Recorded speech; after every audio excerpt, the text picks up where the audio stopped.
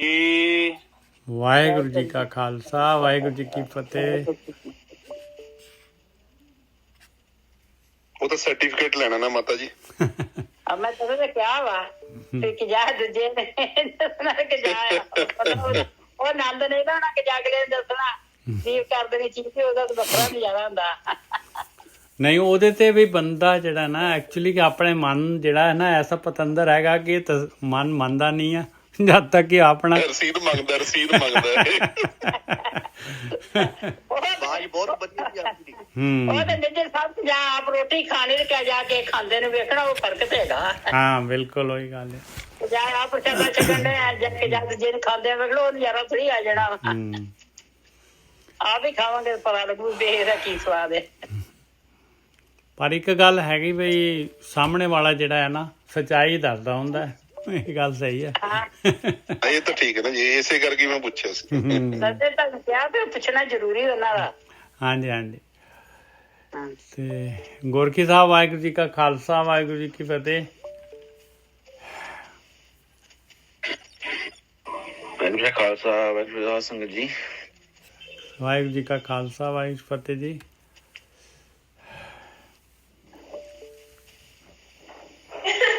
ਵਾਹਿਗੁਰੂ ਜੀ ਕਾ ਖਾਲਸਾ ਵਾਹਿਗੁਰੂ ਜੀ ਕੀ ਫਤਿਹ। ਨਿੱਜਰ ਸਾਹਿਬ ਹਾਂਜੀ ਵਾਹਿਗੁਰੂ ਜੀ ਕਾ ਖਾਲਸਾ ਖਾਲਸਾ ਵਾਹਿਗੁਰੂ ਜੀ ਕੀ ਵਾਹਿਗੁਰੂ ਜੀ ਕਾ ਫਤਿਹ। ਖਾਲਸਾ ਵਾਹਿਗੁਰੂ ਜੀ ਕੀ ਫਤਿਹ। ਵੀਰ ਜੀ ਅੱਜ ਆਪਾਂ ਵਾਹਿਗੁਰੂ ਜੀ ਕਾ ਖਾਲਸਾ ਵਾਹਿਗੁਰੂ ਜੀ ਕੀ ਫਤਿਹ ਜੀ। ਵਾਹਿਗੁਰੂ ਜੀ ਕਾ ਖਾਲਸਾ ਵਾਹਿਗੁਰੂ ਜੀ ਕੀ ਫਤਿਹ। ਵਾਹਿਗੁਰੂ ਜੀ ਕਾ ਖਾਲਸਾ ਵਾਹਿਗੁਰੂ ਸੰਗਤ ਜੀ ਵਾਹਿਗੁਰੂ ਜੀ ਕਾ ਖਾਲਸਾ ਵਾਹਿਗੁਰੂ ਜੀ ਕੀ ਫਤਿਹ ਜੀ। ਵਾਹਿਗੁਰੂ ਜੀ ਕੀ ਫਤਿਹ। ਨਿੱਜਰ ਸਾਹਿਬ ਟਾਈਮ ਹੋ ਗਿਆ ਜੀ, ਸ਼ੁਰੂ ਕਰੋ ਜੀ ਕਥਾ। ਹਾਂਜੀ ਹਾਂਜੀ। ਅੱਜ ਆਪਾਂ ਨਵਾਂ ਰਾਗ ਜਿਹੜਾ ਹੈਗਾ ਵਿਵਾਸ ਪ੍ਰਭਾਤੀ ਰਾਗ ਜਿਹੜਾ ਸ਼ੁਰੂ ਕਰ ਰਹੇ ਹਾਂ। ਉਹਦੇ ਵਿੱਚ ਭਗਤਾਂ ਦੀ ਬਾਣੀ ਲੈ ਰਹੇ ਹਾਂ। ਕਬੀਰ ਜੀ 1349 ਅੰਗ ਦੇ ਉੱਤੇ ਕਬੀਰ ਜੀ ਜਿਹੜੇ ਹੈਗੇ ਆਪਾਂ ਨੂੰ ਗਿਆਨ ਦੇ ਰਹੇ ਕਿ ਦੱਸ ਰਹੇ ਪਾਏ ਕਿ ਮੇਰੀ ਤਾਂ ਮਰਨ ਜੀਵਨ ਦੀ ਜਿਹੜੀ ਹੈ ਜਨਮ ਮਰਨ ਦਾ ਗੇੜਾ ਮੁੱਕ ਗਿਆ। ਕਹਿੰਦੇ ਮੇਰੀ ਸ਼ੰਕਾ ਖਤਮ ਹੋ ਗਈ। ਕਹਿੰਦੇ ਬਸ मेरे अंदर चिंता सोच खत्म हो गई। विभास प्रभाती बाणी भगत कबीर जी की एक ओंकार सतगुर प्रसाद मरण जीवन की शंका नासी नाश हो गई। शंका जन्म मरण का गेड़ा खत्म हो गया। शक ही नहीं है बिल्कुल। आपन रंगे सहज प्रगासी की हो गया। कहते परमेश्वर का रंग जिहड़ा हैगा ਪਰਮੇਸ਼ਰ ਨੇ ਜਿਹੜਾ ਹੈਗਾ ਉਹਨੇ ਆਪਣੇ ਰੰਗ ਦੇ ਵਿੱਚ ਰੰਗਦਾ, ਪਿਆਰ ਦੇ ਰੰਗ ਦੇ ਵਿੱਚ, ਭਗਤੀ ਦੇ ਵਿੱਚ ਮਾਲਕ ਦੀ ਜਿਹੜੀ ਹੈ ਮਾਲਕ ਦੀ ਯਾਦ, ਮਾਲਕ ਦੇ ਪਿਆਰ ਦੇ ਵਿੱਚ ਰੰਗਿਆ ਗਿਆ ਤੇ ਸਹਿਜ ਅਵਸਥਾ ਆ ਗਈ। ਪ੍ਰਗਾਸ ਹੋ ਗਿਆ, ਹਨੇਰਾ ਦੂਰ ਹੋ ਗਿਆ। ਇਹ ਸਾਰਾ ਜਿਹੜਾ ਹੈਗਾ ਉਪਲਬਧੀਆਂ ਹੈਗੀਆਂ।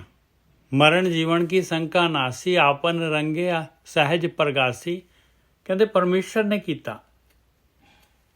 ਪਰਮੇਸ਼ਰ ਨੇ ਆਪਣੇ ਰੰਗ ਦੇ ਵਿੱਚ ਰੰਗ ਕੇ ਸਹਿਜ ਅਵਸਥਾ ਦੇ ਦਿੱਤੀ। ਪ੍ਰਗਟੀ ਜੋਤ ਮਿਟਿਆ ਅੰਧਿਆਰਾ। ਕਹਿੰਦੇ ਜੋਤ ਪ੍ਰਕਾਸ਼ ਹੋ ਗਿਆ ਅੰਦਰ, ਹਨੇਰਾ ਮਿਟ ਗਿਆ ਮਾਇਆ ਦਾ, ਅਗਿਆਨਤਾ ਦਾ ਹਨੇਰਾ। ਤਤ ਸੱਚ ਪਤਾ ਲੱਗ ਗਿਆ ਵੀ ਸੱਚ ਕੀ ਹੈ ਔਰ ਝੂਠ ਕੀ ਹੈ। ਪ੍ਰਗਟੀ ਜੋਤ ਮਿਟਿਆ ਅੰਧਿਆਰਾ ਰਾਮ ਰਤਨ ਪਾਇਆ ਕਰਤ ਵਿਚਾਰਾ। ਕਹਿੰਦੇ ਰਾਮ ਰਤਨ ਪਾ ਲਿਆ। ਰਾਮ ਰਤਨ ਪਰਮੇਸ਼ਰ ਦਾ ਅੰਮ੍ਰਿਤ ਜਿਹੜਾ ਹੈਗਾ ਪਦਾਰਥ, ਨਾਮ ਪਦਾਰਥ ਕਿਵੇਂ ਪਾਇਆ? ਕਰਤ ਵਿਚਾਰਾ। ਇੱਥੇ ਹੁਣ ਪਹਿਲਾ ਨੁਕਤਾ ਦੇ ਰਹੇ ਆ ਕਬੀਰ ਜੀ। ਕਹਿੰਦੇ ਵਿਚਾਰ ਕੀਤਾ ਮੈਂ। ਹੁਣ ਵਿਚਾਰ ਕਰਨ ਵਾਸਤੇ ਕੀ ਚੀਜ਼ ਹੈਗੀ ਆ? ਵਿਚਾਰ ਕਰਨ ਵਾਸਤੇ ਜਿਹੜਾ ਹੈਗਾ ਬ੍ਰਹਮ ਗਿਆਨ। ਪ੍ਰਗਟੀ ਜੋਤ ਮਿਟਿਆ ਅੰਧਿਆਰਾ ਰਾਮ ਰਤਨ ਪਾਇਆ ਕਰਤ ਵਿਚਾਰਾ ਰਹਾਓ। ਕੱਲੇ ਵਿਚਾਰ ਦੇ ਨਾਲ ਰਾਮ ਰਤਨ ਪਾ ਲਿਆ। ਅੱਗੇ ਚੱਲੀਏ ਹੁਣ। ਜਹ ਆਨੰਦ ਦੁਖ ਦੂਰ ਪਿਆਨਾ ਕਹਿੰਦੇ ਆਨੰਦ ਆ ਗਿਆ, ਤੇ ਜਿੱਥੇ ਆਨੰਦ ਆ ਜਾਏ ਤੇ ਉੱਥੇ ਦੁੱਖ ਤਾਂ ਰਹਿੰਦਾ ਹੀ ਨਹੀਂ ਹੈ। ਜਿੱਥੇ ਖੁਸ਼ੀ ਆ ਗਈ ਤੇ ਉੱਥੇ ਦੁੱਖ ਦੂਰ ਹੋ ਜਾਏਗਾ, ਦੁੱਖ ਦੂਰ ਚਲਾ ਗਿਆ। ਮਨ ਮਾਣਕ ਲਿਵ ਤਤ ਲੁਕਾਨਾ, ਆ ਦੂਸਰਾ ਨੁਕਤਾ ਦੇ ਰਹੇ ਭਾਈ। ਕਹਿੰਦੇ ਮਨ ਮੇਰਾ ਜਿਹੜਾ ਹੈਗਾ ਉਹ ਮਾਣਕ ਹੋ ਗਿਆ। ਪਹਿਲਾਂ ਮਨ ਜਿਹੜਾ ਸੀਗਾ ਮਨ ਮੈਲਾ ਸੀਗਾ ਪਹਿਲਾਂ। ਫਿਰ ਪਹਿਲਾਂ ਕਹਿੰਦੇ ਮਨ ਮੈਲਾ ਸੀਗਾ, ਹੁਣ ਕਹਿੰਦੇ ਮਾਣਕ ਬਣ ਗਿਆ, ਕੀਮਤੀ ਹੋ ਗਿਆ, ਬਹੁਤ ਕੀਮਤੀ ਹੋ ਗਿਆ। ਕਿਵੇਂ? ਲਿਵ ਤਤ ਲੁਕਾਨਾ, ਲਿਵ ਦੇ ਨਾਲ ਜਿਹੜਾ ਹੈਗਾ ਪਰਮੇਸ਼ਰ ਦੇ ਨਾਲ ਲਿਵ ਲਗਾਉਣ ਦੇ ਨਾਲ, ਧਿਆਨ ਸਿਮਰਨ ਦੇ ਨਾਲ। ਤਤ ਲੁਕਾਨਾ, ਇਹਦੇ ਅੰਦਰ ਹੀ ਤਤ ਸੀਗਾ, ਲੁਕਿਆ ਹੋਇਆ ਤਤ ਸੀਗਾ, ਉਹਦੇ ਨਾਲ ਲਿਵ ਲਗਾਉਣ ਦੇ ਨਾਲ ਇਹ ਜਿਹੜਾ ਹੈਗਾ ਮਨ ਮਾਣਕ ਹੋ ਗਿਆ। ਆ ਸਾਰੀ ਕਿਰਿਆ ਕਿਵੇਂ ਹੋ ਗਈ? ਕਰਨ ਵਾਲਾ ਕੰਮ ਜਿਹੜਾ ਦੱਸਿਆ ਆ, ਰਾਮ ਰਤਨ ਪਾਇਆ ਕਰਤ ਵਿਚਾਰਾ, ਰਾਹਵ ਦੀ ਪੰਕਤੀ ਦੇ ਵਿੱਚ ਵਿਚਾਰ ਦੱਸੀ ਆ, ਇੱਥੇ ਉਹਨੇ ਲਿਵ ਦੱਸੀ ਆ, ਤਤ ਦੇ ਵਿੱਚ ਲਿਵ ਲਗਾਈ। ਮਨ ਮਾਣਕ ਲਿਵ ਤਤ ਲੁਕਾਨਾ।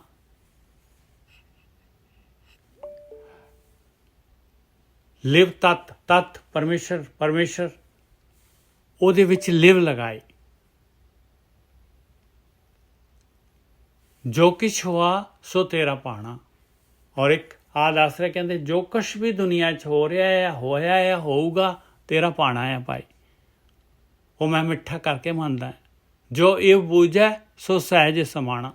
ਬਸ ਆ ਤੀਸਰਾ ਨੁਕਤਾ ਦੇ ਰਿਹਾ। ਤੀਸਰਾ ਨੁਕਤਾ ਹੈ ਜੋ ਕੁਛ ਵੀ ਹੋ ਰਿਹਾ ਆ, ਹੋਊਗਾ, ਹੋਇਆ ਆ, ਉਹ ਮਾਲਕ ਦਾ ਪਾਣਾ ਹੈਗਾ। ਜਿਹੜਾ ਇਸ ਤਰ੍ਹਾਂ ਬੁੱਝ ਜੂਗਾ ਉਹਦੇ ਵਿਚਾਰ ਬੰਦ ਹੋ ਜਾਣਗੇ, ਸਹਿਜ ਅਵਸਥਾ ਦੇ ਵਿੱਚ ਆ ਜਾਏਗਾ। ਜੋ ਕੁਛ ਹੋਆ ਸੋ ਤੇਰਾ ਪਾਣਾ, ਜੋ ਇਹ ਬੂਝੈ ਸੋ ਸਹਿਜ ਸਮਾਣਾ। ਤਿੰਨ ਚੀਜ਼ਾਂ ਹੈ। ਦੇਖੋ ਆ ਗਿਆਨ ਜੋ ਕਹਿ ਰਿਹਾ ਅਸੀਂ ਮੰਨ ਲਿਆ, ਆ ਚੀਜ਼ ਮੰਨ ਲਾਂਗੇ ਵੀ ਜੋ ਕੁਛ ਹੋਆ ਸੋ ਤੇਰਾ ਪਾਣਾ। ਪਹਿਲੇ ਆ ਇੰਪਲੀਮੈਂਟ ਕਰਨ ਵਾਲੀ ਗੱਲ ਹੈਗੀ। ਦੂਸਰੀ ਜਿਹੜੀ ਹੈਗੀ ਆ ਵਿਚਾਰਨ ਵਾਲੀ ਆ।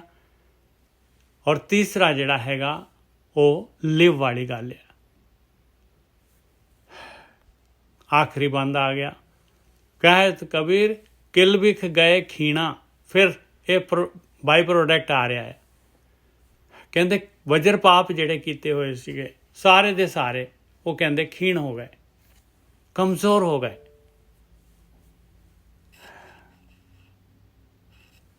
ਕਹਿਤ ਕਬੀਰ ਕਿਲ ਵਿਖ ਗਏ ਖੀਣਾ, ਮਨ ਭਇਆ ਜਗ ਜੀਵਨ ਲੀਣਾ। ਔਰ ਮਨ ਜਿਹੜਾ ਸੀਗਾ, ਜਗ ਦਾ ਜੀਵਨ ਜਿਹੜਾ ਪਰਮਾਤਮਾ ਸੀਗਾ, ਮਨ ਨਾਮ ਦੀ ਚੀਜ਼ ਹੀ ਨਹੀਂ ਰਹੀ, ਉੱਥੇ ਆਤਮਾ ਹੀ ਹੋ ਗਈ, ਲੀਨ ਹੋ ਗਿਆ। ਮਨ ਪਰਮਾਤਮਾ ਦੇ ਵਿੱਚ ਲੀਨ ਹੋ ਗਿਆ। ਜਿਹੜਾ ਵਿਚਾਰ ਲੈਂਦਾ ਸੀਗਾ, ਜਿਹੜਾ ਮਾਇਆ ਦੇ ਨਾਲ ਜੁੜਿਆ ਹੋਇਆ ਸੀਗਾ, ਜਿਹੜਾ ਮਾਇਆ ਨੂੰ ਛੱਡਦਾ ਨਹੀਂ ਸੀਗਾ, ਉਹ ਜਗ ਜੀਵਨ ਦੇ ਵਿੱਚ ਲੀਨ ਹੋ ਗਿਆ। ਕਹਿਤ ਕਬੀਰ ਕਿਲ ਵਿਖ ਗਏ ਖੀਣਾ, ਮਨ ਭਇਆ ਜਗ ਜੀਵਨ ਲੀਣਾ। ਜਦ ਮਨ ਹੀ ਨਹੀਂ ਰਿਹਾ, ਜਗ ਜੀਵਨ ਦੇ ਵਿੱਚ ਹੀ ਲੀਨ ਹੋ ਗਿਆ, ਕਾਰਨ ਸ਼ੀ ਖਤਮ ਹੋ ਗਿਆ। ਤੇ ਪਹਿਲੀ ਲਾਈਨ ਤੇ ਆਈਏ ਭਾਈ, ਮਰਨ ਜੀਵਨ ਕੀ ਸੰਕਾ ਨਾਸੀ, ਆਪਨ ਰੰਗੇ ਸਹਿਜ ਪ੍ਰਗਾਸੀ।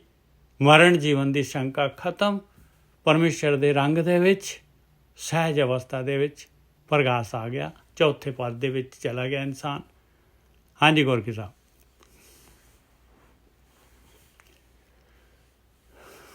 ਹਾਂਜੀ ਠੀਕ ਹੈ ਨਿਜਾ ਸਾਹਿਬ। ਹਾਂਜੀ ਮੈਨੂੰ ਤਾਂ ਅੰਗ ਨੰਬਰ ਹੀ ਲੱਭਣ ਦਿਆ। ਇਹ ਕਿੰਨਾ ਨੰਬਰ ਅੰਗ ਸੀ? 1349। ਓਹੋ, ਇੱਥੇ ਤਾਂ ਜਨਮ ਮਰਨ ਦਾ ਗੇੜਾ ਵੀ ਮਿਟਾਤਾ ਅਸੀਂ। ਉਹ ਲੋ ਇਹ ਤੇ ਹੋਰ ਹੀ ਵਿਚਾਰ ਚੱਲੂਗੇ। 1359 ਨਾ 1349। ਉਹ ਸੱਚ ਫੋਨ। मरण जीवन की शंका नासी, बेभास प्रभाती बाणी भगत कबीर जी की। ठीक है जी। ਕਹਿੰਦੇ ਆ ਕਿ ਮਰਨ ਜੀਵਨ ਕੀ ਸੰਸਾਰ ਨਾ ਸ਼ੰਕਾ। ਸ਼ੰਕਾ ਨਾ ਸੀ। ਸ਼ੰਕਾ ਦਾ ਮਤਲਬ ਹੁੰਦਾ ਹੈ ਸ਼ੱਕ। ਸ਼ੰਕਾ, ਸ਼ੱਕ ਹੋਣਾ, ਕਿਸੇ ਚੀਜ਼ ਦੇ ਬਾਰੇ ਕਲੈਰਿਟੀ ਨਹੀਂ। ਬਈ ਉਹਨੂੰ ਮੈਨੂੰ ਕਹਿੰਦੇ ਇਸ ਤਰ੍ਹਾਂ ਸ਼ੰਕਾ। ਹੋ ਜਾਊਗਾ, ਮੈਨੂੰ ਆਹ ਤਕਲੀਫ ਆ ਜਾਣੀ ਆ। ਬਈ ਸ਼ੱਕ ਮਤਲਬ ਬਈ ਜਨਮ ਮਰਨ ਦਾ ਕਿਹੜਾ, ਮੈਂ ਇਸ ਤਰ੍ਹਾਂ ਹੀ ਫਿਰ ਜਿਹੜਾ ਸਰੀਰ ਵੀ ਚਲੇ ਜਾਣਾ ਹੈ ਮੇਰਾ, ਫਿਰ ਜੂਨਾਂ 'ਚ ਪੈ ਜਾਊਗਾ। ਆਹ ਚੀਜ਼ ਫਿਰ ਜਨਮ ਮਰਨ ਦਾ ਕਿਹੜਾ, ਆਹ ਸ਼ੰਕਾ ਖਤਮ ਹੋ ਗਈ। ਸਹੀ ਹੈ ਜੀ, ਹਾਂਜੀ ਸਹੀ ਹੈ। ਸਾਧ ਸੰਗਤ ਜੀ ਬਿਲਕੁਲ ਸਹੀ ਕਹਿ ਰਹੇ ਨੇ। ਕਹਿੰਦੇ ਮਰਨ ਜਮਨ ਕੀ ਸ਼ੰਕਾ ਨਾ ਸੀ। ਠੀਕ ਹੈ ਜੀ। ਤੇ ਅਗਲੇ ਬੰਨੇ ਕੀ ਬੋਲ ਰਹੇ ਨੇ ਜੀ? ਆਪਨ ਰੰਗੇ ਸਹਿਜ ਪ੍ਰਗਾਸੀ। ਪਰਮੇਸ਼ਰ ਦੇ ਰੰਗ ਦੇ ਵਿੱਚ, ਪਰਮੇਸ਼ਰ ਦੇ ਪਿਆਰ ਦੇ ਨਾਲ ਸਹਿਜ ਅਵਸਥਾ ਦੇ ਵਿੱਚ ਪ੍ਰਕਾਸ਼ ਹੋ ਗਿਆ। ਸਹਿਜ ਅਵਸਥਾ ਆ ਗਈ, ਪ੍ਰਕਾਸ਼ ਹੋ ਗਿਆ, ਗਿਆਨ ਹੋ ਗਿਆ।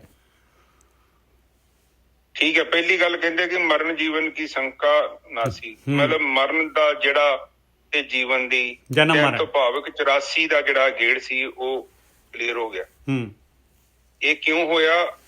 ਅਗਲੇ ਬੰਨੇ ਤੁਕ ਚ ਵੇਖੋ, ਮਰਨ ਜੀਵਨ ਕੀ ਸ਼ੰਕਾ ਨਾ ਸੀ। ਜਿਹੜਾ ਮਨ ਦਾ ਡਾਊਟ ਸੀ, ਸ਼ੰਕਾ ਦਾ ਮਤਲਬ ਸੀ ਕਿ ਮੈਂ ਦੁਬਾਰਾ ਜਨਮ ਮੇਰਾ ਹੋਊ ਜਾਂ ਮੈਂ ਮੁਕਤ ਹੋ ਜਾਵਾਂਗਾ, ਉਹ ਇਹ ਕਲੀਅਰ ਨਹੀਂ ਸੀ ਪਹਿਲਾਂ। ਪਰ ਅਗਲੀ ਤੁਕ ਚ ਕਹਿੰਦੇ ਨੇ ਕਿ ਉਹ ਕਲੀਅਰ ਹੋਇਆ ਵਾ। ਉਹ ਸ਼ੰਕਾ ਪਹਿਲੇ ਨਾ ਸੀ, ਇਹ ਮਤਲਬ ਕਲੈਰਿਟੀ ਮਿਲ ਗਈ। ਇਹ ਗੱਲ ਨਿਜਰ ਸਾਹਿਬ ਸੱਚ। ਜੇ ਜਿੰਨਾ ਚਿਰ ਤੱਕ ਸਾਡੀ ਸ਼ੰਕਾ ਦੂਰ ਨਹੀਂ ਨਾ ਹੁੰਦੀ, ਉਹਨਾਂ ਚਿਰ ਸਮਝ ਲਓ ਕਿ ਸਾਡਾ ਜੇ ਕੰਮ ਜਿਹੜਾ ਨਾ ਪ੍ਰੋਸੈਸ 'ਚ ਆ। ਵੈਸੇ ਮੈਂ ਗੱਲ ਕਰਦਾ ਕਿ ਸ਼ੰਕਾ ਦਾ ਮਤਲਬ ਇਹ ਹੈ ਕਿ ਮੈਂ ਮੁਕਤ ਹੋਇਆ ਜਾਂ ਨਹੀਂ ਹੋਇਆ। ਇਹ ਨਿਜਰ ਸਾਹਿਬ, ਇਹ ਸਾਨੂੰ ਖੁਦ ਇਹ ਪਤਾ ਹੋਣਾ ਚਾਹੀਦਾ ਜੀ। ਬਹੁਤ ਇਹ ਕੋਈ ਮਾਮੂਲੀ ਗੱਲ ਨਹੀਂ ਆ। ਉਹ ਕਹਿੰਦੇ ਨਾ ਕਿ ਜਿਸ ਮਰਨੀ ਸੇ ਜਗ ਡਰੇ ਮੇਰੇ ਮਨ ਆਨੰਦ, ਤੇ ਮਰਨੇ ਹੀ ਤੇ ਪਾਈਏ ਪੂਰਨ ਪਰਮਾਨੰਦ। ਉਹ ਕਲੈਰਿਟੀ ਕਰਦੇ ਨੇ ਕਿ ਮੈਂ ਉਸ ਚੀਜ਼ ਨੂੰ, ਮੈਨੂੰ ਪਤਾ ਹੈ ਮੈਂ ਪਾਸ ਹੋ ਚੁੱਕਿਆ। ਇਹ ਨਿੱਜਰ ਸਾਹਿਬ ਬੜਾ ਇੰਪੋਰਟੈਂਟ ਸਵਾਲ ਜੇ। ਪਲੀਜ਼ ਇਹਨੂੰ, ਜੇ ਮੈਂ ਚਲੋ ਨਹੀਂ ਵੀ ਬਾਣੀ ਨਾਲ ਜੁੜਦਾ, ਮੈਂ ਤੁਹਾਨੂੰ ਫਿਰ ਵੀ ਵਿਚਾਰ ਕਰਦਾ ਤੁਹਾਡੇ ਨਾਲ। ਤੁਸੀਂ ਮੁਕਤ ਹੋਏ ਜਾਂ ਨਹੀਂ ਹੋਏ, ਕਿਸੇ ਦੂਜੇ ਬੰਦੇ ਕੋਲ ਜੱਜਮੈਂਟ ਨਹੀਂ ਲੈਣੀ। ਇਹ ਪਲੀਜ਼ ਇਹ ਆਪ ਚੀਜ਼ ਨੂੰ ਸਮਝੋ। ਇਹਦਾ ਫੈਸਲਾ ਤੁਸੀਂ ਖੁਦ ਕਰਨਾ ਜੇ। ਮੁਕਤ ਹੋਇਆ ਬੰਦਾ ਕਿ ਨਹੀਂ ਹੋਇਆ, ਇਹਦਾ ਫੈਸਲਾ ਖੁਦ ਕਿਉਂ ਕਰਨਾ ਹੈ, ਇਹਦੇ ਬਾਰੇ ਤੁਹਾਡੇ ਤੋਂ ਵਧੀਆ ਕੋਈ ਜਵਾਬ ਨਹੀਂ ਦੇ ਸਕਦਾ ਨਿੱਜਰ ਸਾਹਿਬ। ਬਿਲਕੁਲ। ਕਿ ਮੈਨੂੰ ਕੀ ਪਤਾ ਤੁਹਾਡਾ ਜੀਵਨ ਕਿੱਦਾਂ ਦਾ, ਰਾਈਟ? ਔਰ ਤੁਹਾਨੂੰ ਕੀ ਪਤਾ ਮੇਰਾ ਜੀਵਨ ਕਿੱਦਾਂ ਦਾ। ਇਹ ਸ਼ੰਸ਼ਾ ਤੇ ਉਹ ਮੈਨੂੰ ਪਤਾ ਨਾ ਕਿ ਮੇਰੀ ਹੁਣ ਅੰਦਰ ਪਵਿੱਤਰਤਾ ਆ ਗਈ ਹੈ। ਦੇਖੋ ਪਰਮਾਤਮਾ, ਦੇਖੋ ਇੱਕ ਚੀਜ਼ ਹੋਰ ਨਿੱਜਰ ਸਾਹਿਬ ਮੈਂ ਵੀ ਗੱਲ ਕਹਿਣਾ ਚਾਹੁੰਦਾ ਕਿ ਤੁਹਾਡੀ ਜ਼ਿੰਦਗੀ ਦੀ ਕਸਵੱਟੀ ਕੀ ਆ ਕਿ ਤੁਸੀਂ ਪਰਮਾਤਮਾ ਨੂੰ ਅਨੁਭਵ ਕਰ ਰਹੇ ਜੋ। ਕਹਿੰਦੇ ਜਦੋਂ ਕਸਵੱਟੀ ਤੇ ਹੈ ਕਿ ਜਦੋਂ ਤੁਸੀਂ ਸੱਚ ਨੂੰ ਅਨੁਭਵ ਕਰ ਲਿਆ ਨਾ, ਤੇ ਤੁਸੀਂ ਸੱਚ ਦੇ ਵਿੱਚ ਰਹਿਣਾ ਸ਼ੁਰੂ ਕਰ ਦੇਣਾ ਵਾ। ਇਹ ਬਹੁਤ ਇੰਪੋਰਟੈਂਟ ਜੀ। ਜੇ ਪਾਰਸ ਦੇ ਨਾਲ ਆਪਣਾ ਸੰਪਰਕ ਹੋ ਗਿਆ, ਪਰਮਾਤਮਾ ਪਵਿੱਤਰ ਆ, ਤੇ ਉਹ ਕੇਵਲ ਗੱਲਾਂ ਦੀ ਫੀਲਿੰਗ ਤੇ ਨਹੀਂ ਨਾ ਹੈਗੀ। ਵੇਖੋ ਇਸੇ ਕਰਕੇ ਬਾਣੀ ਕਹਿੰਦੀ ਆ ਕਿ ਬਈ ਕਈ ਲੋਕ ਪੜ੍ਹ ਕੇ ਉਹਨਾਂ ਨੇ ਬਹੁਤ ਗਿਆਨ ਪ੍ਰਾਪਤ ਕਰ ਲਿਆ, ਉਹਨਾਂ ਨੂੰ ਬੜਾ ਨੌਲੇਜ ਹੈ ਕਿ ਗ੍ਰੰਥ 'ਚ ਕੀ ਲਿਖਿਆ ਹੈ, ਇਹ ਅੱਖਰ ਦਾ ਕੀ ਮਤਲਬ ਆ, ਉਹ ਵਾਲ ਦੀ ਖੱਲ ਲਾ ਸਕਦੇ ਆ। ਪਰ ਅਸਲ ਦੇ ਵਿੱਚ ਜਿਹੜਾ ਆਤਮ ਗਿਆਨ ਆ ਉਹ ਇੱਕ ਵੱਖਰੀ ਚੀਜ਼ ਆ। ਉਹ ਪੜ੍ਹਾਈ ਇੱਕ ਵਿਸ਼ਾ ਹੈਗਾ, ਉਹਦੀ ਰਿਕੁਆਇਰਮੈਂਟ ਹੈਗੀ ਆ। ਪਰ ਆਤਮ ਗਿਆਨ ਜਿਹੜਾ ਹੈ ਜਦੋਂ ਬੰਦੇ ਨੂੰ ਪ੍ਰਾਪਤ ਹੁੰਦਾ ਹੈ ਤੇ ਤੁਹਾਡੇ ਜੀਵਨ 'ਚ ਬੁਰਾਈ ਘਟਣੀ ਜ਼ਰੂਰੀ ਹੈ, ਚੰਗਿਆਈ ਹੋਣੀ ਬੜੀ ਜ਼ਰੂਰੀ। ਉਹਦਾ ਕਾਰਨ ਕੀ ਆ? ਕਿਉਂਕਿ ਬਲਬ ਜਗਿਆ। ਹੁਣ ਇੱਥੇ ਅਸਲੀ ਬਲਬ ਕਿ ਨਕਲੀ ਬਲਬ, ਉਹਦਾ ਕਿੱਦਾਂ ਪਤਾ ਲੱਗੂਗਾ? ਉਹਦਾ ਪਤਾ ਲੱਗੂਗਾ ਜੇ ਅਸਲੀ ਬਲਬ ਹੈ ਤੇ ਉਹਨੇ ਹਨੇਰਾ ਦੂਰ ਕਰਨਾ ਹੈ। ਬਿਲਕੁਲ। ਜੇ ਉਹ ਨਹੀਂ ਕਰ ਰਿਹਾ, ਇਹਦਾ ਮਤਲਬ ਕੇਵਲ ਇੱਕ ਬਲਬ ਲੱਗਿਆ ਹੈ, ਉਹਦੇ ਅੰਦਰ ਪ੍ਰਕਾਸ਼ ਨਹੀਂ ਹੈ। ਤੇ ਹੁਣ ਮੇਰੇ ਵਰਗਾ ਕੰਧ ਤੇ ਉਦਾਂ ਵੀ ਬਲਬ ਬਣਾ ਸਕਦਾ, ਉੱਥੋਂ ਸੜਿਆ ਬਲਬ ਲਿਆਓ। ਲੱਗਾ ਤੇ ਬਲਬ ਹੈਗਾ, ਪਰ ਅਸਲੀ ਬਲਬ ਤੇ ਨਕਲੀ ਬਲਬ 'ਚ ਇੱਕ ਫਰਕ ਆ। ਅਸਲੀ ਨੇ ਜਗਣਾ ਹੈ, ਜਿਹੜਾ ਸੜਿਆ ਹੈ ਉਹਨੇ ਜਗਣਾ ਹੈ। ਹਾਂਜੀ ਨਿਜਰ ਸਾਹਿਬ ਅੱਗੇ ਚਲੀਏ। ਪ੍ਰਗਟੀ ਜੋਤ ਮਿਟਿਆ ਅੰਧਿਆਰਾ, ਜਾਗਿਆ ਬਲਬ, ਜੋਤ ਪ੍ਰਗਟ ਹੋ ਗਈ, ਹਨੇਰਾ ਮਿਟ ਗਿਆ। ਰਾਮ ਰਤਨ ਪਾਇਆ ਕਰਤ ਵਿਚਾਰਾ। ਕਹਿੰਦੇ ਰਾਮ ਰਤਨ ਮਿਲ ਗਿਆ ਭਾਈ, ਨਾਮ ਰਤਨ ਮਿਲ ਗਿਆ। ਵਿਚਾਰ ਕਰਤ ਵਿਚਾਰਾ, ਕਹਿੰਦੇ ਵਿਚਾਰ ਕੀਤਾ, ਸਿਰਫ ਜਿਹੜਾ ਹੈਗਾ ਮੈਂ ਬ੍ਰਹਮ ਗਿਆਨ ਨੂੰ ਵਿਚਾਰਿਆ ਰਹਾਓ। ਹਾਂਜੀ। ਹੁਣ ਇੱਥੇ ਮੈਂ ਆਪ ਨੂੰ ਇੱਕ ਤੁਕ ਨੂੰ ਥੋੜਾ ਹੋਰ ਖੋਲਦਾ। ਇਹ ਜਿਹੜੀ ਜੋਤ ਦੀ ਗੱਲ ਉਹਨਾਂ ਨੇ ਸਿੱਧੀ ਕਰਤੀ ਆ, ਗੱਲ ਨੂੰ ਖੋਲਿਆ ਨਹੀਂ, ਉਹਨਾਂ ਡਾਇਰੈਕਟ ਗੱਲ ਕਰਤਾ। ਠੀਕ ਹੈ। ਪ੍ਰਗਟੀ ਜੋਤ ਮਿਟਿਆ ਅੰਧਿਆਰਾ, ਇੱਕ ਤੇ ਬਾਹਰਲੀ ਜੋਤ ਪ੍ਰਗਟ ਹੋਈ, ਬਲਬ ਜਗਾਇਆ ਤੇ ਹਨੇਰਾ ਹੋ ਗਿਆ। ਇੱਥੇ ਜੋਤ ਦਾ ਮਤਲਬ ਹੈ ਤੁਹਾਡੀ ਚੇਤਨਾ। ਜਦ ਤੱਕ ਤੁਹਾਡੀ ਚੇਤਨਾ ਸਾਡੀ ਨੂੰ ਅਸੀਂ ਕੀ ਕਰਦੇ ਹਾਂ, ਅਸੀਂ ਮਤ ਤੇ ਬੁੱਧੀ ਦੇ ਨਾਲ ਕੀ ਕਰਦੇ ਹਾਂ, ਉਹਨੂੰ ਨੱਪ ਦਿੰਦੇ ਹਾਂ। ਇਹ ਚੇਤਨਾ ਤੁਹਾਡੀ ਪ੍ਰਗਟ ਹੋਣੀ ਹੈ। ਨਾਮ ਦਾ ਮਤਲਬ ਹੀ ਇਹੋ ਹੀ ਆ ਦੇਖੋ, ਫਿਰ ਰਾਮ ਰਤਨ ਪਾਇਆ ਕਰਤ ਵਿਚਾਰ। ਹੁਣ ਇਹ ਜਿਹੜੀ ਜੋਤ ਪ੍ਰਗਟ ਹੋਣ ਦਾ ਮਤਲਬ ਇੱਥੇ ਇਹ ਆ ਕਿ ਤੁਹਾਡੀ ਪ੍ਰਾਣ ਊਰਜਾ, ਨਾਮ ਹੀ ਪ੍ਰਾਣ ਹੈ। ਸਧਾਰਨ ਤੌਰ ਤੇ ਸਾਡੇ ਪ੍ਰਾਣ ਕੀ ਆ, ਬਿਲਕੁਲ ਹੀ ਆਪਾਂ ਜਨਨ ਇੰਦਰੀ 'ਚ ਲੈ ਜਾਂਦੇ ਹਾਂ। ਇਸ ਕਰਕੇ 99% ਲੋਕ ਉੱਥੇ ਬੈਠੇ, ਕਾਮ ਦੇ ਵਿੱਚ ਬੈਠੀ ਸੰਸਾਰ ਦੀ ਸਾਰੀ ਦੁਨੀਆ। ਇਹ ਜਿਹੜਾ ਪ੍ਰਾਣ ਊਰਜਾ ਹੁੰਦੀ ਆ ਉਹ ਉੱਠਦੀ ਆ, ਉੱਥੇ ਪਾ ਦਿੰਦੇ ਆ ਆਪਾਂ। ਜਦੋਂ ਤੁਹਾਡੀ ਪ੍ਰਾਣ ਊਰਜਾ ਪ੍ਰਗਟ ਹੁੰਦੀ ਹੈ, ਵੇਖੋ ਉੱਪਰ ਨੂੰ ਸ਼ੂਟ ਕਰਦੀ, ਜਿੱਦਾਂ ਫੁਹਾਰਾ ਨਹੀਂ ਹੁੰਦਾ। ਇਹ ਨਾਮ ਨੂੰ ਉੱਪਰ ਲੈ ਕੇ ਜਾਣਾ ਹੈ, ਔਰ ਇਹਨੂੰ ਲੈ ਕੇ ਜਾਣ ਦੇ ਲਈ ਸਾਨੂੰ ਭਗਤੀ ਕਰਨੀ ਆ। ਸਾਰੀ ਭਗਤੀ ਇਹੋ ਹੀ ਆ।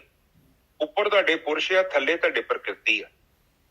ਪ੍ਰਕਿਰਤੀ ਕਹਿੰਦੀ ਹੈ ਬੱਚੇ ਪੈਦਾ ਕਰੋ, ਸੰਸਾਰ 'ਚ ਚੱਲੋ, ਇੱਥੇ ਰਹੋ। ਪ੍ਰਕਿਰਤੀ ਕੋ ਬੜਾ ਲੰਮਾ ਚੌੜਾ ਸਿਸਟਮ ਹੈ, ਸਾਰੇ ਬੰਦੇ ਇੱਥੇ ਬੈਠੇ ਨੇ, ਇਹ ਜੀਵ ਕੋ ਮਰੇ। ਪ੍ਰਕਿਰਤੀ ਨੂੰ ਕੋਈ ਜਲਦੀ ਨਹੀਂ, ਤੁਸੀਂ ਜਾਓ ਨਾ ਜਾਓ, ਤੁਸੀਂ ਮੁਕਤ ਹੋ ਨਾ ਮੁਕਤ ਹੋਵੋ, ਪ੍ਰਕਿਰਤੀ ਨੂੰ ਇਹਦੇ ਨਾਲ ਕੋਈ ਫਰਕ ਨਹੀਂ ਪੈਂਦਾ। ਕਿਉਂਕਿ ਧਰਮਰਾਜ ਬੈਠਾ ਉੱਤੇ, ਤੁਸੀਂ ਕਰੀ ਜਾਓ ਤੇ ਭੋਗੀ ਜਾਓ, ਕਰੀ ਜਾਓ ਤੇ ਭੋਗੀ ਜਾਓ। ਇੱਕ ਚੀਜ਼ ਲੈਣ ਦੀ ਆ, ਖਾਲੀ ਆ, ਫਿਰ ਮੁੱਕ ਗਈ, ਫਿਰ ਲੈਣ ਆ ਜਾਓ। ਨਿੱਜਾ ਸਾਹਿਬ, ਪ੍ਰਕਿਰਤੀ ਦਾ ਸਿਸਟਮ ਏਦਾਂ ਦਾ। ਉਹ ਨਹੀਂ ਕਹਿੰਦੀ ਕਿ ਦੁਕਾਨ ਬੰਦ ਹੋਵੇ, ਦੁਕਾਨਦਾਰ ਕਹਿੰਦਾ ਕਿ ਤੁਸੀਂ ਨਾਲ ਰਾਸ਼ਨ ਖੜੋ ਮੇਰੇ ਤੋਂ। ਉਹ ਕਹਿੰਦਾ ਚੰਗਾ ਯਾਰ, ਆਈ ਜਾਓ, ਲਈ ਜਾਓ, ਵਾਵਾ ਰੌਣਕ ਲੱਗੀ ਆ, ਉਹਨੂੰ ਕੋਈ ਟੈਨਸ਼ਨ ਨਹੀਂ। ਉਹ ਕਹਿੰਦਾ ਉਧਾਰ ਖਾਤੇ ਲਈ ਜਾਓ, ਕੋਈ ਪ੍ਰੋਬਲਮ ਨਹੀਂ ਹੈ, ਪੈਸੇ ਨਹੀਂ ਹੈ ਬਾਅਦ ਚ ਦੇ ਦੇਣਾ। ਉਹ ਕਹਿੰਦਾ ਕਿ ਕੋਈ ਨਹੀਂ, ਲੇਕਿਨ ਨਿੱਜਾ ਸਾਹਿਬ ਦੀ ਹੁਣ ਮੇਰੇ ਕਲੀਨਿਕ 'ਚ ਕਈ ਗਾਹਕਾਂ ਕੋਲ ਨਹੀਂ ਪੈਸੇ ਹੁੰਦੇ, ਮੈਂ ਉਧਾਰ ਹੀ ਦੇ ਦਿੰਦਾ। ਕਿਉਂਕਿ ਕੁਛ ਨਾ ਕੁਛ ਆਊਗਾ ਹੀ, 150 200 ਰਲੂਗਾ ਹੀ। ਬਿਲਕੁਲ। ਤੇ ਇਸੇ ਤਰ੍ਹਾਂ ਪ੍ਰਕਿਰਤੀ ਸੋਚਦੀ ਹੈ, ਪ੍ਰਕਿਰਤੀ ਨੂੰ ਕੋਈ ਕਾਹਲੀ ਨਹੀਂ। ਠੀਕ ਹੈ ਜੀ। ਜੋਤ ਜਿੰਨਾ ਚਿਰ ਤੱਕ ਪ੍ਰਗਟ ਨਹੀਂ ਹੁੰਦੀ, ਉਹਨਾਂ ਚਿਰ ਹਨੇਰਾ ਨਹੀਂ ਜੇ ਮਿਟਣਾ। ਬਹੁਤ ਇੰਪੋਰਟੈਂਟ ਚੀਜ਼ ਹੈ। ਇਸ ਕਰਕੇ ਜੋਤ ਦਾ ਪ੍ਰਗਟ ਹੋਣਾ ਬੜਾ। ਜੋਤ ਜਦੋਂ ਪ੍ਰਗਟ ਹੋਗੀ ਤੇ ਕੀ ਨਿਸ਼ਾਨੀ ਆ, ਤੁਹਾਡੇ ਸਿਰ ਦੇ ਉੱਤੇ ਬੋਝ ਪੈਣਾ ਬਹੁਤ ਜ਼ਰੂਰੀ ਹੈ। ਕਿਤੇ ਜੂੜਾ ਬੰਨਦੇ ਨਾ ਮੁੰਡੇ ਉੱਥੇ, ਕਿਉਂਕਿ ਉਸ ਜੋਤ ਨੇ, ਜਿੰਨਾ ਚਿਰ ਤੱਕ ਜੋਤ ਨਹੀਂ ਪ੍ਰਗਟ ਹੋਈ, ਉਹਨਾਂ ਚਿਰ ਤੱਕ ਤੁਸੀਂ ਨਿਰਵਿਚਾਰ ਨਹੀਂ ਹੋ ਸਕਦੇ। ਇੱਕ ਹੋਰ ਪ੍ਰੋਬਲਮ ਹੈ, ਜੋਤ ਪ੍ਰਗਟ ਹੋਊਗੀ ਤੇ ਤਾਂ ਹੀ ਤੁਸੀਂ ਨਿਰਵਿਚਾਰ ਹੋਣਾ। ਉਹਦਾ ਨਿਰਵਿਚਾਰ ਸਮਾਧੀ ਮਿਲਣੀ ਨਹੀਂ। ਨਿਰਵਿਚਾਰ ਤੋਂ ਅੱਗੇ ਨਿਰਬੀਜ ਸਮਾਧੀ ਆ, ਉਸ ਤੋਂ ਬਾਅਦ ਫਿਰ ਸਹਿਜ ਸਮਾਧੀ ਆ। ਇੱਕ ਇੱਕ ਚੀਜ਼ ਦੇ ਉੱਪਰ ਖੜੀ ਹੈ ਸਾਰੀ। ਠੀਕ ਹੈ। ਪਹਿਲੀ ਰਿਕੁਆਇਰਮੈਂਟ ਹੈ ਨਿਰਬੀਜ ਸਮਾਧੀ। ਨਿਰਬੀਜ ਤੋਂ ਬਿਨਾਂ ਜਿਹੜੇ ਬੀਜ ਨਸ਼ਟ ਨਹੀਂ ਹੋਣੇ। ਔਰ ਇਹਨੂੰ ਨਿਰਵਿਚਾਰ, ਪਹਿਲੀ ਨਿਰਵਿਚਾਰ, ਫਿਰ ਨਿਰਬੀਜ। ਹਾਂ ਨਿੱਜਾ ਸਾਹਿਬ, ਨਿਰਬੀਜ ਤੇ ਹੈਗੀ ਹੈ ਨਾ, ਨਿਰਵਿਚਾਰ ਤੇ ਇੱਕ ਸਟਾਰਟਿੰਗ ਹੋ ਗਈ ਨਾ ਕਿ ਪ੍ਰਗਟ ਹੋ ਗਏ। ਹਾਂ, ਇਸ ਤੋਂ ਬਾਅਦ ਨਿਰਬੀਜ। ਹਾਂ, ਨਿਰਬੀਜ ਜਿਹੜੀ ਸਮਾਧੀ ਆ ਉਹ ਕਾਫੀ ਵੱਡੀ ਗੱਲ ਹੈ। ਸੰਸਕਾਰ ਖਤਮ। ਸਮਾਧੀ ਦਾ ਮਤਲਬ ਤੁਹਾਡੇ ਸੰਸਕਾਰ ਤੇ ਤੁਹਾਡੇ ਕਰਮ ਸੁਧਰਨੇ ਆ। ਨਿਰਵਿਚਾਰ ਸਮਾਧੀ ਤੇ ਇੱਕ ਬਹੁਤ ਛੋਟੀ ਅਵਸਥਾ ਹੈ। ਬਿਲਕੁਲ। ਉਹ ਤੇ ਇੱਕ ਨਿਰਵਿਚਾਰ ਹੋ ਗਏ ਤੁਸੀਂ ਬਈ, ਉਹ ਤੇ ਕਲਾਸ ਦੀ ਰੈਡੀ, ਬਰਤਨ ਖਾਲੀ ਹੋ ਗਿਆ। ਉਸ ਤੋਂ ਬਾਅਦ ਉਹ ਬਰਤਨ ਦੇ ਵਿੱਚ ਚੀਜ਼ਾਂ ਨੂੰ ਸਾੜਨਾ ਵਾ, ਭਸਮ ਕਰਨਾ ਆਪਾਂ। ਬਿਲਕੁਲ। ਤੇ ਉਹ ਨਿਰਵਿਚਾਰ ਤੋਂ ਬਾਅਦ ਨਿਰਬੀਜ ਸਮਾਧੀ। ਨਿਰਬੀਜ ਸਮਾਧੀ ਦਾ ਮਤਲਬ ਕੀ ਹੈ? ਹੁਣ ਤੁਹਾਡੇ ਕੋਲ ਸ਼ਕਤੀ ਹੈਗੀ ਆ ਤੇ ਤੁਸੀਂ ਮਾੜੇ ਕਰਮ ਤੋਂ ਆਪਣੇ ਆਪ ਨੂੰ ਰੋਕਣਾ ਕਿੱਦਾਂ ਵਾ? ਬੁਰਾਈ ਨੂੰ ਕਿੱਦਾਂ ਜਸਟੀਫਾਈ ਕਿੱਦਾਂ ਕਰਨਾ? ਵੀ ਕਾਰਨ ਸਰੀਰ ਕਿਸ ਤਰ੍ਹਾਂ ਖਤਮ ਹੋਣਾ ਹੈ? ਕਾਰਨ ਸਰੀਰ ਖਤਮ ਹੋ ਜਾਣਾ ਨਾ ਉੱਥੇ। ਬੀਜ, ਜਿਹੜੇ ਬੀਜ ਦਾ ਕਾਰਨ ਸਰੀਰ ਹੀ ਹੈ ਨਾ, ਬੀਜ ਰੂਪ। ਜੈਸਾ ਬੀਜ ਤੇ ਬੀਜ ਨਿਰਵਿਚਾਰ ਤੇ ਨਹੀਂ ਨਾ ਖਤਮ ਹੋਣੇ, ਉਹ ਤੇ ਨਿਰਬੀਜ ਸਮਾਧੀ ਚ ਹੋਣੇ। ਹਾਂ ਬਿਲਕੁਲ। ਉਹਨੂੰ ਬੀਜਾਂ ਤੋਂ ਰਹਿਤ ਕਰਨਾ ਹੈ ਕਾਰਨ ਸਰੀਰ ਨੂੰ। ਬਿਲਕੁਲ। ਤੁਹਾਡੇ ਜਿਹੜੇ ਅੰਦਰ ਜਿਹੜਾ ਸਟਾਕ ਹੋਇਆ ਉਹਨੂੰ ਖਤਮ ਕਰਨਾ ਹੈ ਪਹਿਲਾਂ। ਹਾਂ ਬਿਲਕੁਲ, ਨਿਰਬੀਜ ਚ ਹੀ ਹੋਊਗਾ ਖਤਮ। ਤੁਸੀਂ ਨਵੇਂ ਸੰਸਕਾਰ ਨਹੀਂ ਜੋੜਨੇ, ਮਤਲਬ ਨਵੇਂ ਨਹੀਂ ਜੋੜਨੇ ਤੇ ਪੁਰਾਣੇ ਨਸ਼ਟ ਕਰਨੇ ਪੈਣੇ। ਜਿਹੜੀ ਸੇਵਿੰਗ ਕੱਲ ਪਰਸੋਂ ਦੀ ਗੱਲ ਕਥਾ ਚ ਚੱਲੀ ਸੀ ਕਿ ਸੇਵਿੰਗ ਨਸ਼ਟ ਕਰ ਲਈ ਮੈਂ ਹੁਣ। ਬਿਲਕੁਲ ਸਹੀ ਗੱਲ। ਮੈਂ ਨਹੀਂ ਕੋਈ ਜਮਾ ਕਰਾਉਂਦਾ। ਬਿਲਕੁਲ ਵੀਰ ਜੀ, ਇੱਕ ਨਿਰਵਿਕਾਰ ਤੇ ਇੱਕ ਨਿਰਵਿਕਲਪ, ਇਹ ਵੀ ਦੋ ਦਾ ਜ਼ਿਕਰ ਕਈ ਵਾਰੀ ਸੁਣਦੇ ਆ। ਇਹ ਨਿਰਵਿਕਾਰ ਤਾਂ ਨਿਰਬੀਜ ਨੂੰ ਹੀ ਕਹਿੰਦੇ ਆ ਨਾ ਜੀ, ਜਿੱਥੇ ਵਿਕਾਰ ਖਤਮ ਹੁੰਦੇ। ਨਹੀਂ ਉਹ ਭਾਜੀ ਉਹ ਜ਼ਿਆਦਾ ਕਨਫਿਊਜ਼ਨ ਕ੍ਰੀਏਟ ਹੋ ਜਾਂਦੀ ਜਦੋਂ ਮੈਂ ਵੈਸੇ ਤੁਹਾਡੇ ਨਾਲ ਹੀ ਡਿਸਕਸ ਕਰ ਰਿਹਾ ਸੀ। ਪਤਾ ਕੀ ਲੋਕਾਂ ਨੇ ਨਾ ਉਹ ਐਵੇਂ ਬਾਲ ਦੇ ਖੱਲ ਲਾਏ ਆ। ਤੋਕ ਤਿੰਨ ਗੱਲਾਂ ਜਿੰਨੀਆਂ ਸਿੰਪਲ ਹੈ ਨਾ ਓਨੀਆਂ ਸੌਖੀਆਂ।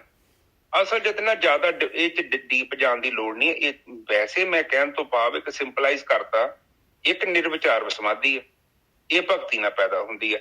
ਨਿਰਵਿਚਾਰ ਸਮਾਧੀ ਜਿਹੜੀ ਪ੍ਰਾਣ ਊਰਜਾ ਤੋਂ ਬਿਨਾਂ ਤੁਹਾਨੂੰ ਨਹੀਂ ਮਿਲਣੀ, ਠੀਕ ਹੈ। ਉਸ ਤੋਂ ਬਾਅਦ ਹੁਣ ਨਿੱਜਰ ਸਾਹਿਬ ਪ੍ਰਾਣ ਅਰਜੀ ਤੁਹਾਡੇ ਅੰਦਰ ਗੱਡੀ, ਹੁਣ ਚੰਗਾ ਡਰਾਈਵਰ ਬਹਿ ਗਿਆ ਗੱਡੀ ਦੇ ਉੱਤੇ, ਹੁਣ ਉਹਨੂੰ ਹੁਣ ਜਿਹੜੀ ਗੱਡੀ ਜਾਣੀ ਗਲਤ ਜਗ੍ਹਾ ਤੇ ਆ, ਉੱਥੋਂ ਰੋਕਣਾ ਵਾ ਤੇ ਗੱਡੀ ਨੂੰ ਸਹੀ ਜਗ੍ਹਾ ਤੇ ਚਲਾਉਣਾ, ਉਹਦੇ ਲਈ ਤੁਹਾਡੇ ਕੋਲ ਪ੍ਰਾਣ ਊਰਜਾ ਆਲਰੇਡੀ ਹੈਗੀ ਆ। ਬਿਲਕੁਲ। ਹੁਣ ਜਿਹੜੇ ਕਾਮ ਕ੍ਰੋਧ ਲੋਭ ਮੋਹ ਹੰਕਾਰ ਹੈ, ਇਹ ਤੇ ਬੈਠੇ ਤਾਂ ਉਦਾਂ ਹੀ ਹੈ ਨਾ, ਉਹ ਕਹਿੰਦੇ ਗੱਡੀ ਮੋੜ ਇਹਨੂੰ। ਹੁਣ ਡਰਾਈਵਰ 'ਚ ਦਮ ਆ ਗਿਆ। ਹੁਣ ਜਦੋਂ ਡਰਾਈਵਰ 'ਚ ਪਾਵਰ ਆ ਗਈ ਹੈ, ਡਰਾਈਵਰ ਜਿਹੜਾ ਵਾ ਉਹਦੇ 'ਚ ਇੰਨੀ ਕੈਪੈਸਿਟੀ ਹੈਗੀ ਆ, ਉਹ ਗੱਡੀ ਨੂੰ ਸਹੀ ਰਸਤੇ ਤੇ ਲੈ ਕੇ ਜਾ ਸਕਦਾ। ਚੰਗਾ ਡਰਾਈਵਰ ਵੇਖੋ, ਮਾੜੇ ਮੋਟੇ ਗੰਦੇ ਰਸਤਿਆਂ 'ਚ ਵੇਖੋ, ਪਹਾੜਾਂ ਤੇ ਜਾਈਏ ਸਾਡੇ ਕੋਲ ਗੱਡੀ ਨਹੀਂ ਚੱਲਦੀ, ਉਹ ਜਿਹੜੇ ਪਹਾੜੀਏ ਡਰਾਈਵਰ ਆ ਵੇਖੋ, ਉਹਨਾਂ ਦੇ ਹੱਥ 'ਚ ਕਿੰਨਾ ਸਕਿੱਲ ਆ, ਉਹ ਭਜਾਈ ਫਿਰਦੇ ਕਿਉਂਕਿ ਉਹਨਾਂ ਨੂੰ ਸਕਿੱਲ ਆ।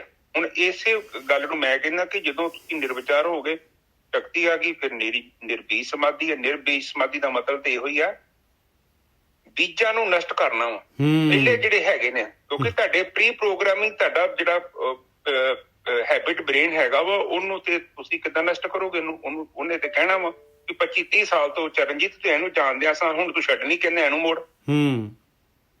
ਉੱਥੇ ਤੇ ਮੇਰੇ ਅੰਦਰ ਪ੍ਰਾਣਾ 'ਚ ਦਮ ਚਾਹੀਦਾ ਨਾ, ਕਿ ਹੁਣ ਜਿਹੜੀ ਉਹਨੂੰ ਹੁਣ ਮੰਨ ਲਓ ਕਿ ਇੱਕ ਕਾਮ ਕ੍ਰੋਧ ਲੋਭ ਮੋਹ ਹੰਕਾਰ ਵਰਗੇ 5-6 ਬੰਦੇ ਬੂਹੇ ਘੜੀ ਖਲੋਤੇ ਆ, ਔਰ ਮੈਂ 43 ਸਾਲ ਮੇਰੀ ਉਮਰ ਆ, ਮੈਂ ਹੁਣ ਰੋਜ਼ ਉਹਨਾਂ ਤੋਂ ਕੰਮ ਕਰਾਉਂਦੇ ਆ, ਤੇ ਅੱਜ ਛੱਡਣ ਲਈ ਮੈਂ ਕਹਾਂ ਕਿ ਮੈਂ ਇਹਨਾਂ ਤੋਂ ਛੱਡ ਕੇ ਕਿਸੇ ਹੋਰ ਤੋਂ ਕੰਮ ਕਰਾਉਣਾ, ਧਰਮ ਤੋਂ ਕੰਮ ਕਰਾਉਣਾ, ਤੇ ਉਹ ਧਰਮ ਨੂੰ ਲੱਗਣ ਦੇਣਗੇ ਲਾਈਨ 'ਚ? ਨਹੀਂ, ਉਹਨਾਂ ਦਾ ਰੌਲਾ ਪਾ ਦੇਣਾ। ਉਹ ਕਹਿੰਦੇ ਕਿ ਤੂੰ ਛੱਡਣੀ, ਇਹ ਕੀ ਚਾਹੁੰਦਾ, ਏਦਾਂ ਕਿੱਦਾਂ ਹੋ ਸਕਦਾ, ਅਸੀਂ ਲਾਈਨ 'ਚ ਖਲੋਤੇ ਆ, ਸਾਡੇ ਤੋਂ ਇੰਨੇ ਸਾਲਾਂ ਤੋਂ ਕੰਮ ਕਰਾਉਂਦੇ ਆ, ਹੁਣ ਤੂੰ ਇੱਕ ਬੰਦਾ ਹੋਰ ਖੜਾ ਕਰਤਾ ਸਾਡੇ ਗੜੀ, ਜਿਹੜਾ ਪਹਿਲਾਂ ਕਦੇ ਦਿਖਿਆ ਹੀ ਨਹੀਂ ਸੀ, ਤੇਰੀ ਜ਼ਿੰਦਗੀ 'ਚ ਹੈ ਹੀ ਨਹੀਂ ਸੀ ਧਰਮਰਾਜ। ਤੂੰ ਸੁੱਤਾ ਕਿਵੇਂ ਜਾਗ ਗਿਆ? ਆਹੋ, ਤੇ ਇਹਨੂੰ ਅਸੀਂ ਲਾਈਨ 'ਚ ਲੱਗਣ ਦਿੰਦੇ ਆ। ਜਦੋਂ ਅਸੀਂ ਲਾਈਨ 'ਚ ਲੱਗੇ, ਟਿਕਟਾਂ ਸਾਨੂੰ ਪਹਿਲਾਂ ਮਿਲਣੀਆਂ, ਤੈਨੂੰ ਤਾਂ ਕਹਿਣ ਦੀ ਲੋੜ ਕੋਈ ਨਹੀਂ ਸੀ, ਇਹਨੂੰ ਤਾਂ ਕਹੇਗਾ ਫਿਰ ਕੰਮ ਕਰਦਾ, ਅਸੀਂ ਤਾਂ ਉਦਾਂ ਹੀ ਖਲੋਤੇ ਹਾਂ, ਮੇਰੇ ਕਹਿ ਤੋਂ ਬਿਨਾਂ ਹੀ ਕੰਮ ਕਰਨੇ ਆ। ਹੁਣ ਉਸ ਹੈਬਿਟ ਬ੍ਰੇਨ ਨੂੰ ਬਦਲਣ ਦੇ ਲਈ ਤੁਹਾਨੂੰ ਇਹ ਪ੍ਰਾਣ ਊਰਜਾ ਨੇ ਮਦਦ ਕਰਨੀ ਆ, ਫਿਰ ਇਹਨੇ ਸੰਸਕਾਰਾਂ ਨੂੰ ਨਸ਼ਟ ਕਰਨਾ। ਹਾਂਜੀ, ਅੱਗੇ ਚਲੀ ਨਜਰ ਸਾਹਿਬ, ਆਪ ਜੋਤੀ ਪ੍ਰਗਟ ਹੋ ਗਈ ਜੀ ਤੇ ਹਨੇਰਾ ਮਿਟ ਗਿਆ ਜੀ। ਅਗਲੇ ਬੰਨੇ ਕਿ ਰਾਮ ਰਤਨ ਪਾਇਆ ਕਰਤ ਵਿਚਾਰਾ, ਇਹਦਾ ਮਤਲਬ ਕੀ ਹੋਇਆ? ਵੀ ਵਿਚਾਰ ਕੀਤੀ ਆ, ਮੈਂ ਐਕਸ਼ਨ ਲਈ ਆ, ਵਿਚਾਰ ਕਰਕੇ ਫਿਰ ਐਕਸ਼ਨ ਲੈਂਦਾ ਇਨਸਾਨ। ਪਹਿਲਾਂ ਤਾਂ ਪਤਾ ਲੱਗੇ ਨਾ ਕਰਨਾ ਕੀ ਹੈਗਾ, ਪਹਿਲਾਂ ਤਾਂ ਉਹਨੂੰ ਪਤਾ ਲੱਗੇ ਵੀ ਧਿਆਨ ਸਿਮਰਨ ਕਰਨਾ ਹੈ। ਪਹਿਲਾਂ ਧਿਆਨ ਸਿਮਰਨ ਦੇ ਵਾਸਤੇ ਵਿਚਾਰ ਚਾਹੀਦੀ, ਗਿਆਨ ਚਾਹੀਦਾ।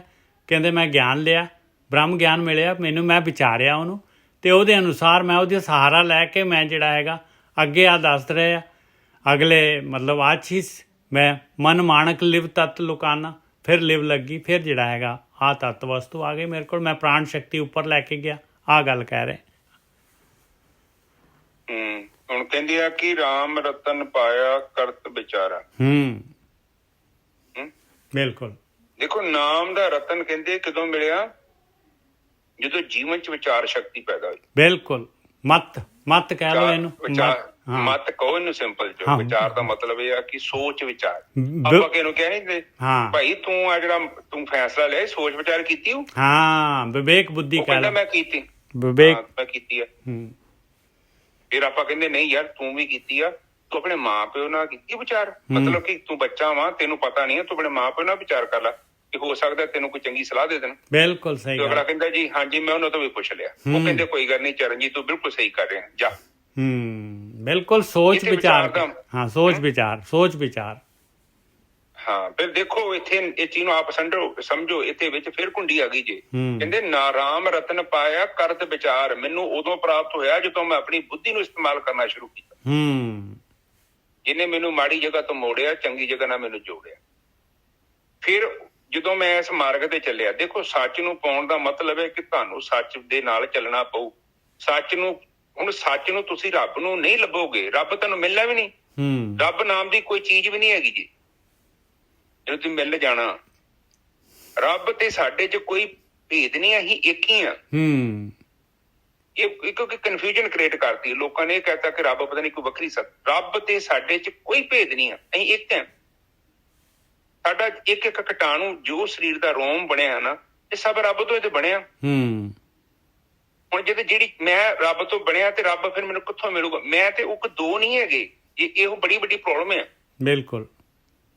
ਇਹ ਗਿਆਨ ਤੁਹਾਨੂੰ ਗ੍ਰੰਥਾਂ ਨੇ ਕਰਾਉਣਾ, ਲੋਕਾਂ ਨੇ ਨਹੀਂ ਕਰਾਉਣਾ। ਜਿਹੜੇ ਦੇਹਧਾਰੀ ਲੋਕ ਉਹ ਤਾਂ ਕਹਿੰਦੇ ਨਹੀਂ ਰੱਬ ਤੁਹਾਡੇ ਚ ਹੈਗਾ, ਉਹ ਕਹਿੰਦੇ ਰੱਬ ਕਿਤੇ ਹੋਰ ਹੈ, ਤੈਨੂੰ ਮੈਂ ਮਿਲਾਉਂਗਾ।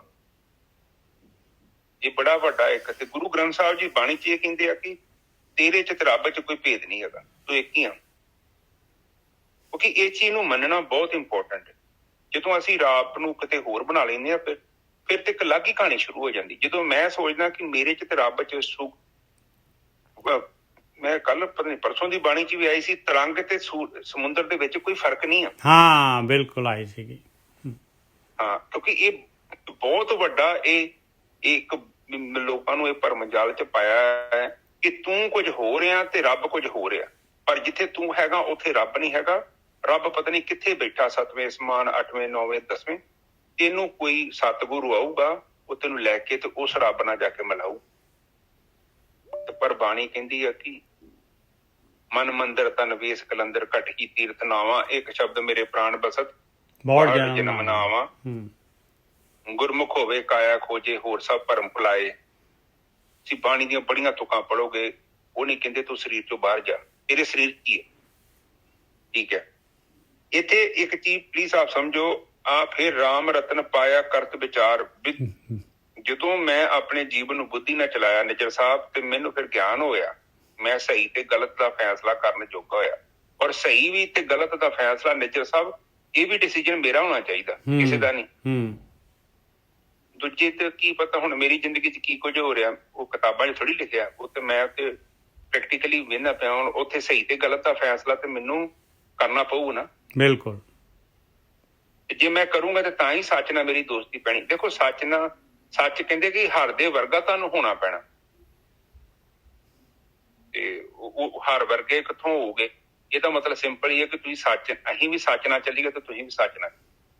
ਠੀਕ ਹੈ ਨਿਜਰ ਸਾਹਿਬ, ਆਪ ਕੁਝ ਕਹਿਣਾ ਚਾਹੁੰਦੇ? ਨਹੀਂ, ਬਿਲਕੁਲ ਠੀਕ ਹੈ ਜੀ, ਬਿਲਕੁਲ ਸਹੀ ਹੈ। ਹਾਂਜੀ, ਅੱਗੇ ਚੱਲੀਏ। ਰਹਾਓ ਜਹ ਆਨੰਦ ਦੁੱਖ ਦੂਰ ਪਿਆਨਾ। ਕਹਿੰਦੇ ਜਿੱਥੇ ਹੁਣ ਆਨੰਦ ਆ ਜਾਏ ਤੇ ਉੱਥੇ ਦੁੱਖ ਤਾਂ ਰਹਿ ਹੀ ਨਹੀਂ ਸਕਦਾ ਭਾਈ, ਦੁੱਖ ਦੂਰ ਚਲਾ ਜਾਂਦਾ ਹੈ।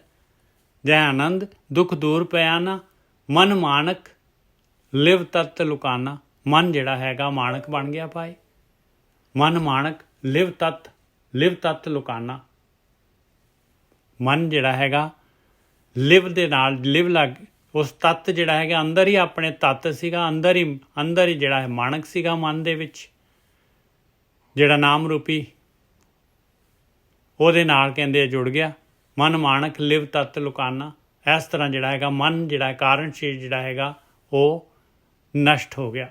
ਮਨ ਮਾਨਕ ਲਿਵ ਤਤ ਲੁਕਾਨਾ। ਉਹ ਨਾਮ ਪ੍ਰਗਟ ਹੋ ਗਿਆ ਔਰ ਮਨ ਜਿਹੜਾ ਹੈਗਾ ਇਹ ਜੋਤ ਸਰੂਪ ਹੋ ਗਿਆ। ਕਿਉਂਕਿ ਪ੍ਰਗਟੀ ਜੋਤ ਮਿਟਿਆ ਅੰਧਿਆਰਾ, ਅੰਧੇਰਾ ਮਿਟ ਗਿਆ। ਜੋ ਕਿਛ ਹੋਆ ਸੋ ਤੇਰਾ ਭਾਣਾ। ਕਹਿੰਦੇ ਆ ਇੱਕ ਹੋਰ ਚੀਜ਼ ਹੈਗੀ ਆ ਕਿ ਜੋ ਕੁਛ ਵੀ ਦੁਨੀਆ ਦੇ ਵਿੱਚ ਹੋਇਆ ਆ, ਹੋ ਰਿਹਾ ਆ ਜਾਂ ਹੋਊਗਾ, ਇਹ ਜਿਹੜਾ ਹੈਗਾ ਉਹ ਮਾਲਕ ਪਰਮਾਤਮਾ ਦਾ ਭਾਣਾ ਹੈਗਾ ਭਾਈ। ਆਪਾਂ ਨੂੰ ਬਣਾਇਆ ਹੈ, ਸਰੀਰ ਦੇ ਮਾਇਆ ਬਣਾਈ ਹੈ, ਸਰੀਰ ਦਿੱਤਾ ਹੈ, 84 ਦਾ ਗੇੜਾ ਬਣਾਇਆ ਹੈ, ਮਾਲਕ ਦਾ ਭਾਣਾ ਹੈਗਾ ਭਾਈ। ਜੋ ਕੁਛ ਹੋਆ ਸੋ ਤੇਰਾ ਭਾਣਾ, ਜੋ ਇਹ ਬੂਝੈ ਸੋ ਸਹਿਜ ਸਮਾਣਾ। ਜਿਹੜਾ ਸਾਰੀ ਜੋ ਕੁਛ ਵੀ ਹੋ ਰਿਹਾ ਹੈ, ਆਪਾਂ ਨਹੀਂ ਤਾਂ ਜਿਹੜੇ ਹੈਗੇ ਆ ਫਿਰ ਵਿਚਾਰ ਚੱਲਣਗੇ ਵੀ ਮੇਰੇ ਨਾਲ ਇਸ ਤਰ੍ਹਾਂ ਕਿਉਂ ਹੋ ਰਿਹਾ, ਮੈਨੂੰ ਕਿਉਂ ਆ ਤਕਲੀਫ ਦਿੱਤੀ ਹੈ, ਮੈਨੂੰ ਕਿਉਂ ਆ, ਮੈਂ ਕਿਉਂ ਗਰੀਬ ਹੈਗਾ ਆ, ਮੈਨੂੰ ਕਿਉਂ ਦੁੱਖ ਹੋ ਰਿਹਾ, ਮੇਰੇ ਕੋਈ ਮੁੰਡਾ ਨਹੀਂ ਹੈ, 5 ਕੁੜੀਆਂ ਮੇਰੇ ਹੀ ਕਿਉਂ ਹੋ ਗਈਆਂ। ਬਸ ਇਹ ਇੱਥੇ ਜਿਹੜਾ ਹੈਗਾ ਮਾਲਕ ਨੇ ਜੋ ਕੁਛ ਵੀ ਹੋਇਆ, ਜੋ ਕੁਛ ਵੀ ਮਿਲਿਆ ਹੈ ਭਾਈ, ਮਾਲਕ ਦਾ ਭਾਣਾ ਹੈਗਾ। ਜਦ ਆਪਾਂ ਇਸ ਚੀਜ਼ ਨੂੰ ਬੁੱਝ ਲਵਾਂਗੇ ਤੇ ਆਪਣੇ ਵਿਚਾਰ ਜਿਹੜੇ ਨਹੀਂ ਚੱਲਣਗੇ। ਔਰ ਜੇ ਆਪਾਂ ਨਹੀਂ ਬੁੱਝਾਂਗੇ, ਇਸ ਚੀਜ਼ ਨੂੰ ਨਹੀਂ ਐਕਸੈਪਟ ਕਰਾਂਗੇ, ਤੇ ਫਿਰ ਭਾਈ ਫਿਰ ਚੱਲ ਪਏ ਵਿਚਾਰ, ਸਹਿਜ ਅਵਸਥਾ ਨਹੀਂ ਆਏਗੀ। ਜੋ ਕਿਛ ਹੋਆ ਸੋ ਤੇਰਾ ਭਾਣਾ, ਜੋ ਇਹ ਬੂਝੈ ਸੋ ਸਹਿਜੇ ਸਮਾਣਾ। ਹਾਂਜੀ ਵੀਰ ਜੀ। ਹਾਂਜੀ ਠੀਕ ਹੈ ਜੀ। ਦੇਖੋ ਉੱਪਰਲੀ ਤੁਕ ਚ ਸਮਝਾਇਆ, ਰਾਮ ਰਤਨ ਪਾਇਆ ਕਰਤ ਵਿਚਾਰਾ, ਫਿਰ ਕਹਿੰਦੇ ਜੈ ਆਨੰਦ ਦੁੱਖ ਦੂਰ ਪਿਆਨਾ। ਹਾਂ, ਫਿਰ ਉਹ ਕਹਿੰਦੇ ਕਿ ਜਦੋਂ ਰਾਮ ਦਾ ਰਤਨ ਪਾ ਲਿਆ ਮੈਨੂੰ ਗਿਆਨ ਹੋ ਗਿਆ। ਠੀਕ ਹੈ ਜੀ, ਰਾਮ ਰੂਪੀ ਰਤਨ ਮਿਲ ਗਿਆ। ਫਿਰ ਉਸ ਤੋਂ ਬਾਅਦ ਕਹਿੰਦੇ ਜਦੋਂ ਮੈਨੂੰ ਰਤਨ ਮਿਲ ਗਿਆ ਤੇ ਫਿਰ ਉਸ ਤੋਂ ਬਾਅਦ ਕਿਹੜੀ ਅਵਸਥਾ ਬਣੀ? ਕਹਿੰਦੇ ਜੈ ਆਨੰਦ ਦੁੱਖ ਦੂਰ ਪਿਆ ਨਾ, ਆਨੰਦ ਪ੍ਰਾਪਤ ਹੋ ਗਿਆ ਮੈਨੂੰ। ਹੂੰ ਆਨੰਦ ਦੀ ਪ੍ਰਾਪਤੀ ਤੋਂ ਬਾਅਦ ਕੀ ਹੋਇਆ ਕਿ ਮੇਰੇ ਤੋਂ ਜਿਹੜੇ ਦੁੱਖ ਮੇਰੇ ਤੋਂ ਦੂਰ ਹੋ ਗਏ। ਨਿੱਜਾ ਸਾਹਿਬ ਬਿਲਕੁਲ। ਦੇਖੋ ਜਦ ਤੱਕ ਜ਼ਿੰਦਗੀ ਦੇ ਵਿੱਚ ਦੁੱਖ ਤੇ ਰਹਿਣੇ ਆ। ਨਹੀਂ ਆਹ ਦੁੱਖ ਖਤਮ ਜਿਹੜਾ ਹੋ ਨਾ, ਚੱਲੇ। ਹਾਂ ਗੋਰਕੀ ਸਾਹਿਬ ਮਾਫ ਕਰਨਾ, ਆਹ ਦੁੱਖ ਜਿਹੜਾ ਖੱਕੇ ਦੀ ਔਂਕੜ ਲੱਗੀ ਹੋਈ ਹੈ, ਕਹਿੰਦੇ ਇਹ ਦੁੱਖ ਜਿਹੜਾ ਸੀਗਾ ਸਟਾਰਟ ਪੁਆਇੰਟ ਜਿਹੜਾ ਦੱਸਿਆ ਸੀਗਾ ਮਰਨ ਜੀਵਨ ਕੀ ਸ਼ੰਕਾ ਨਾਸੀ, ਆਹ ਦੁੱਖ ਜਿਹੜਾ ਹੈਗਾ ਇਹ ਜਨਮ ਮਰਨ ਦਾ ਦੁੱਖ ਆ, ਇਹ ਖਤਮ ਹੋ ਗਿਆ ਕਹਿੰਦੇ ਆਹ ਦੁੱਖ। ਹਾਂ ਨਿੱਜਾ ਸਾਹਿਬ ਉਹ ਤੇ ਇੱਕ ਦੁੱਖ ਖਤਮ ਹੋਣਾ ਨਾ, ਤੁਹਾਡੇ ਦੂਜੇ ਦੁੱਖ ਵੀ ਖਤਮ ਹੋਣੇ ਜ਼ਰੂਰੀ ਆ। ਹੂੰ ਆ ਜਿਹੜਾ ਤੁਹਾਡੇ ਜੀਵਨ 'ਚ ਦੁੱਖ ਹੈ ਨਾ, ਦੇਖੋ ਇਹ ਚੀਜ਼ ਨੂੰ ਆਪ ਸਮਝੋ, ਇਹ ਵੀ ਬੜੇ ਇੰਪੋਰਟੈਂਟ ਹੈ। ਜਦੋਂ ਤੁਹਾਡੀ ਸੁਰਤੀ ਆੜੀ ਗੱਲ, ਦੇਖੋ ਆੜੀ ਥੱਲੇ ਤੁਕ ਬੋਲਦੇ ਪਏ ਨਾ, ਗੱਲ ਕਲੀਅਰ ਹੋਊਗੀ। ਇਹ ਚੀਜ਼ ਨੂੰ ਮੈਂ ਆਪ ਅਨੁਭਵ ਕੀਤਾ ਜੇ। ਮਨ ਮਾਨਕ ਲਿਵ ਤਤ ਲੁਕਾਨਾ, ਇਹ ਦਿਖੇ ਨਾ ਉੱਪਰ ਦੇਖੋ, ਮਨ ਜਿਹੜਾ ਵਾ ਮਾਨਕ ਬਣ ਜਾਂਦਾ ਜਦੋਂ ਸਾਡੀ ਸੁਰਤੀ ਆਤਮਾ, ਤਤ ਦਾ ਮਤਲਬ ਹੁੰਦਾ ਆਖਰੀ ਤਤ, ਆਤਮਾ ਤਤ ਕਹਿੰਦੇ ਇਹਨੂੰ। ਹਾਂ ਆਤਮਾ 'ਚ ਜਦੋਂ ਸੁਰਤੀ ਠਹਿਰ ਜਾਂਦੀ ਆ ਤੇ ਫਿਰ ਮਾਨਕ ਹੋ ਜਾਂਦਾ। ਮਾਨਕ ਦਾ ਮਤਲਬ ਮਨ ਹੀਰਾ ਹੋ ਗਿਆ, ਸੁਥਰਾ, ਹਾਂ ਬੁਰਾਈ ਦਾ ਤਿਆਗ ਕਰਦਾ। ਮਨ ਦਾ ਮਤਲਬ ਕਿ ਆਤਮਾ ਹੀ ਪ੍ਰਗਟ ਹੋ ਗਈ, ਉਹ ਆਤਮਾ ਹੀ ਹੋ ਜਾਂਦੀ ਹੈ। ਮਨ ਮਤਲਬ ਆਤਮਾ ਤੇ ਇੱਕ ਚੀਜ਼ ਆ ਗਈ ਆ, ਉਹਨੇ ਕਵਰ ਕਰ ਲਿਆ, ਜਿੱਦਾਂ ਝੀਲ ਦੇ ਉੱਤੇ ਹਰੀ ਹਰੀ ਨੇ ਆ ਜਾਂਦੀ ਕਾਈ ਕਹਿ ਦਿੰਦੇ ਆ, ਹਾਂ ਕਾਈ ਆ ਜਾਂਦੀ ਹੈ ਤੇ ਝੀਲ ਦੇ ਪਾਣੀ ਨੂੰ ਲੁਕਾ ਲੈਂਦੀ ਆ।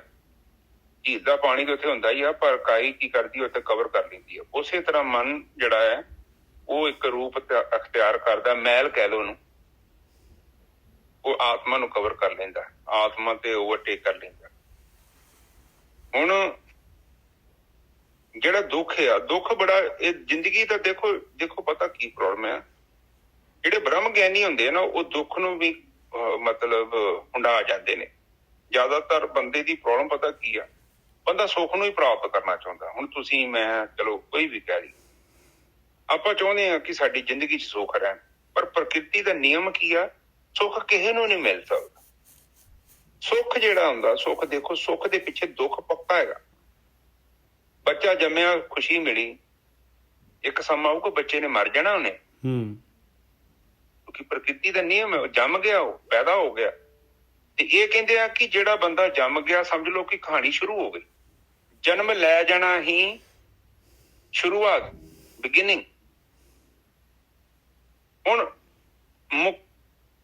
ਦੁੱਖਾਂ ਤੋਂ ਮੁਕਤ ਹੋਣ ਦਾ ਮਤਲਬ ਇਹੋ ਹੀ ਆ ਕਿ ਜਿਹੜਾ 84 ਤੋਂ ਮੁਕਤ ਹੋ ਗਿਆ, ਇਹ ਸਭ ਤੋਂ ਵੱਡਾ ਦੁੱਖ ਤੇ ਆ।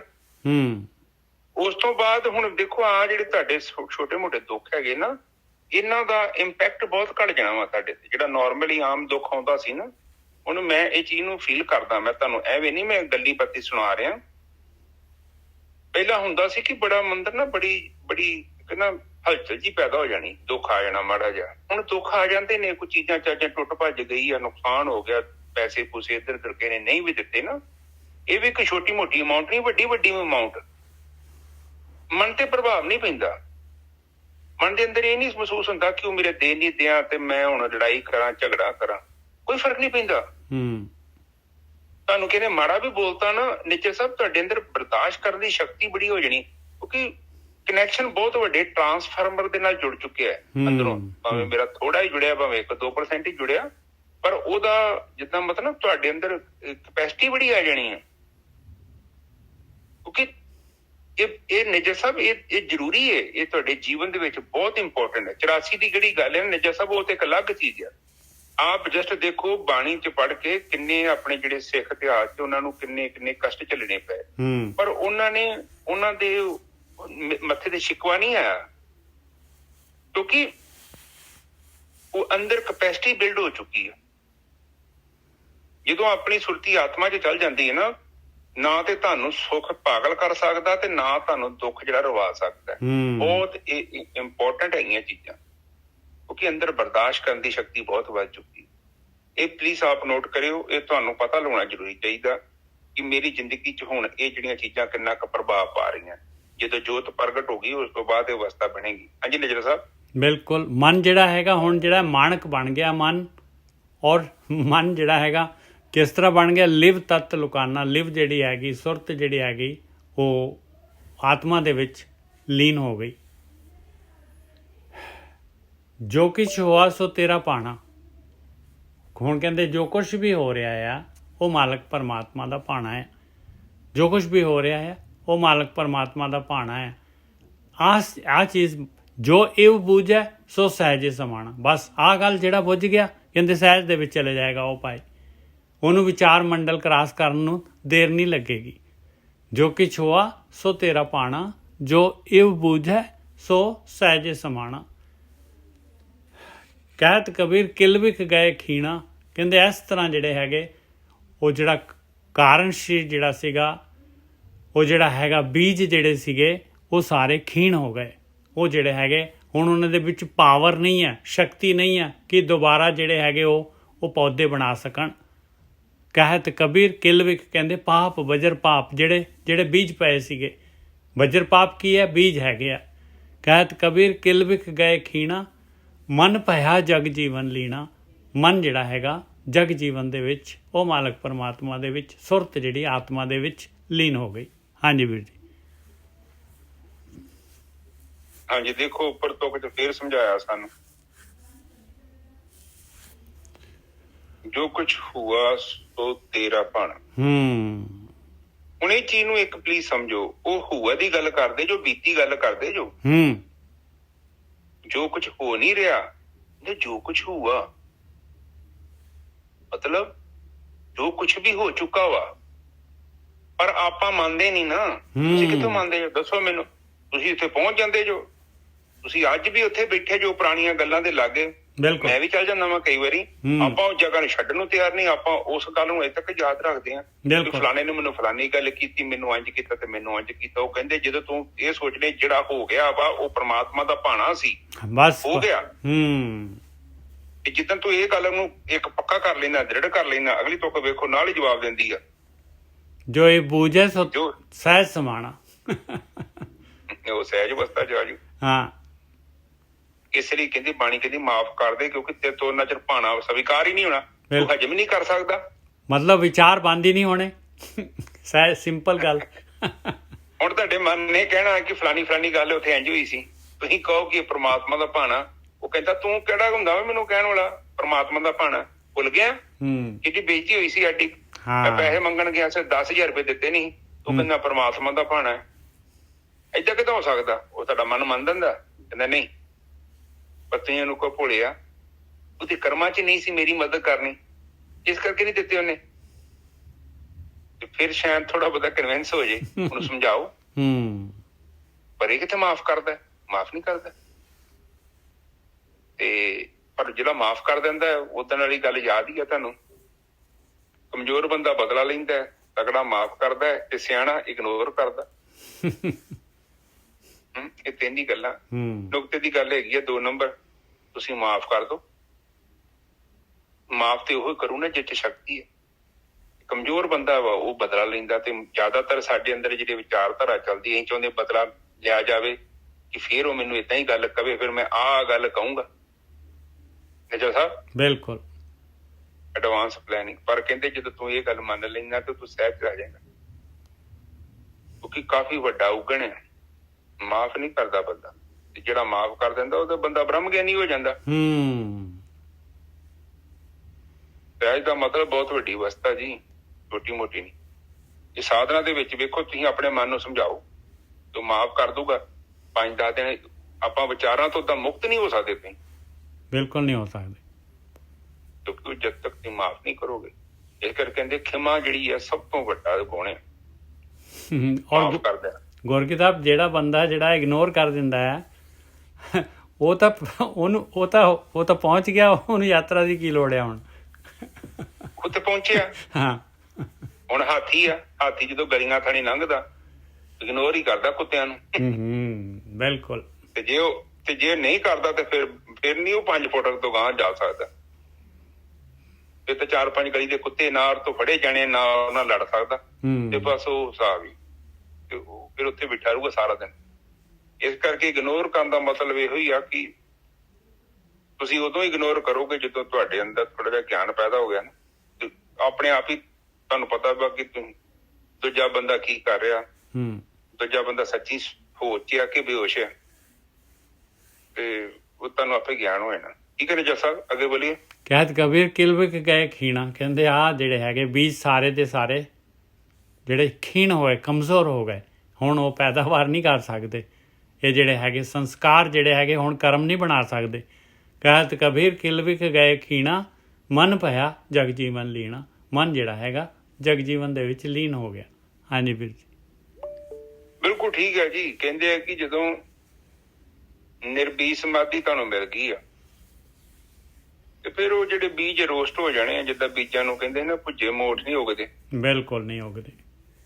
ਤੇ ਉਹ ਫਿਰ ਤੁਸੀਂ ਜਿਹੜੇ ਤੁਹਾਡੇ ਸੰਸਕਾਰ ਤੁਸੀਂ ਉਹਨਾਂ ਨੂੰ ਨਸ਼ਟ ਕਰ ਲਿਆ, ਹੈਗੇ ਉੱਥੇ ਆ ਪਰ ਹੁਣ ਸ਼ਕਤੀ ਨਹੀਂ ਹੈਗੀ, ਉਹ ਜਨਮ ਨਹੀਂ ਦੇ ਸਕਦੇ। ਬਿਲਕੁਲ ਚੀਜ਼ ਨੂੰ ਤੁਸੀਂ ਖਤਮ ਨਹੀਂ ਕਰ ਸਕਦੇ ਕਿਉਂਕਿ ਕੀਤੀ ਹੈ ਤੁਸੀਂ, ਪਰ ਹੁਣ ਉੱਥੇ ਹੁਣ ਉਹ 'ਚ ਪ੍ਰੋਡਕਸ਼ਨ ਨਹੀਂ ਹੈਗੀ, ਉਹਦੀ ਜਿਹੜੀ ਸ਼ਕਤੀ ਉਹ ਸ਼ਕਤੀ ਖਤਮ ਹੋ ਚੁੱਕੀ। ਠੀਕ ਹੈ ਜੀ। ਹਾਂਜੀ ਤੇ ਕਹਿੰਦੇ ਕਿ ਜਦੋਂ ਇੰਨੀ ਗੱਲ ਹੋ ਜਾਏ ਤੇ ਫਿਰ ਕਹਿੰਦੇ ਮਨ ਪਿਆ ਜਗ ਜੀਵਨ ਦੀ, ਤੇ ਫਿਰ ਉਹ ਕਹਿੰਦੇ ਜਦੋਂ ਇੰਨੀ ਗੱਲ ਹੋ ਗਈ ਤੇ ਫਿਰ ਬਾਕੀ ਤੇ ਬ੍ਰਹਮ ਹੀ ਬ੍ਰਹਮ ਰਹਿ ਗਿਆ, ਮਨ ਤੇ ਪਰਮਾਤਮਾ ਦੇ ਵਿੱਚ ਲੀਨ ਹੋ ਜਾਣਾ। ਬਿਲਕੁਲ ਠੀਕ ਹੈ ਨੀਚੇ ਸਾਹਿਬ? ਹਾਂਜੀ ਅੱਜ ਦੇ ਵਿਚਾਰ ਹੋਰ ਲੈ ਲਈਏ, ਟਾਈਮ ਹੈਗਾ ਹਾਲੇ? ਦੇਖ ਲਓ।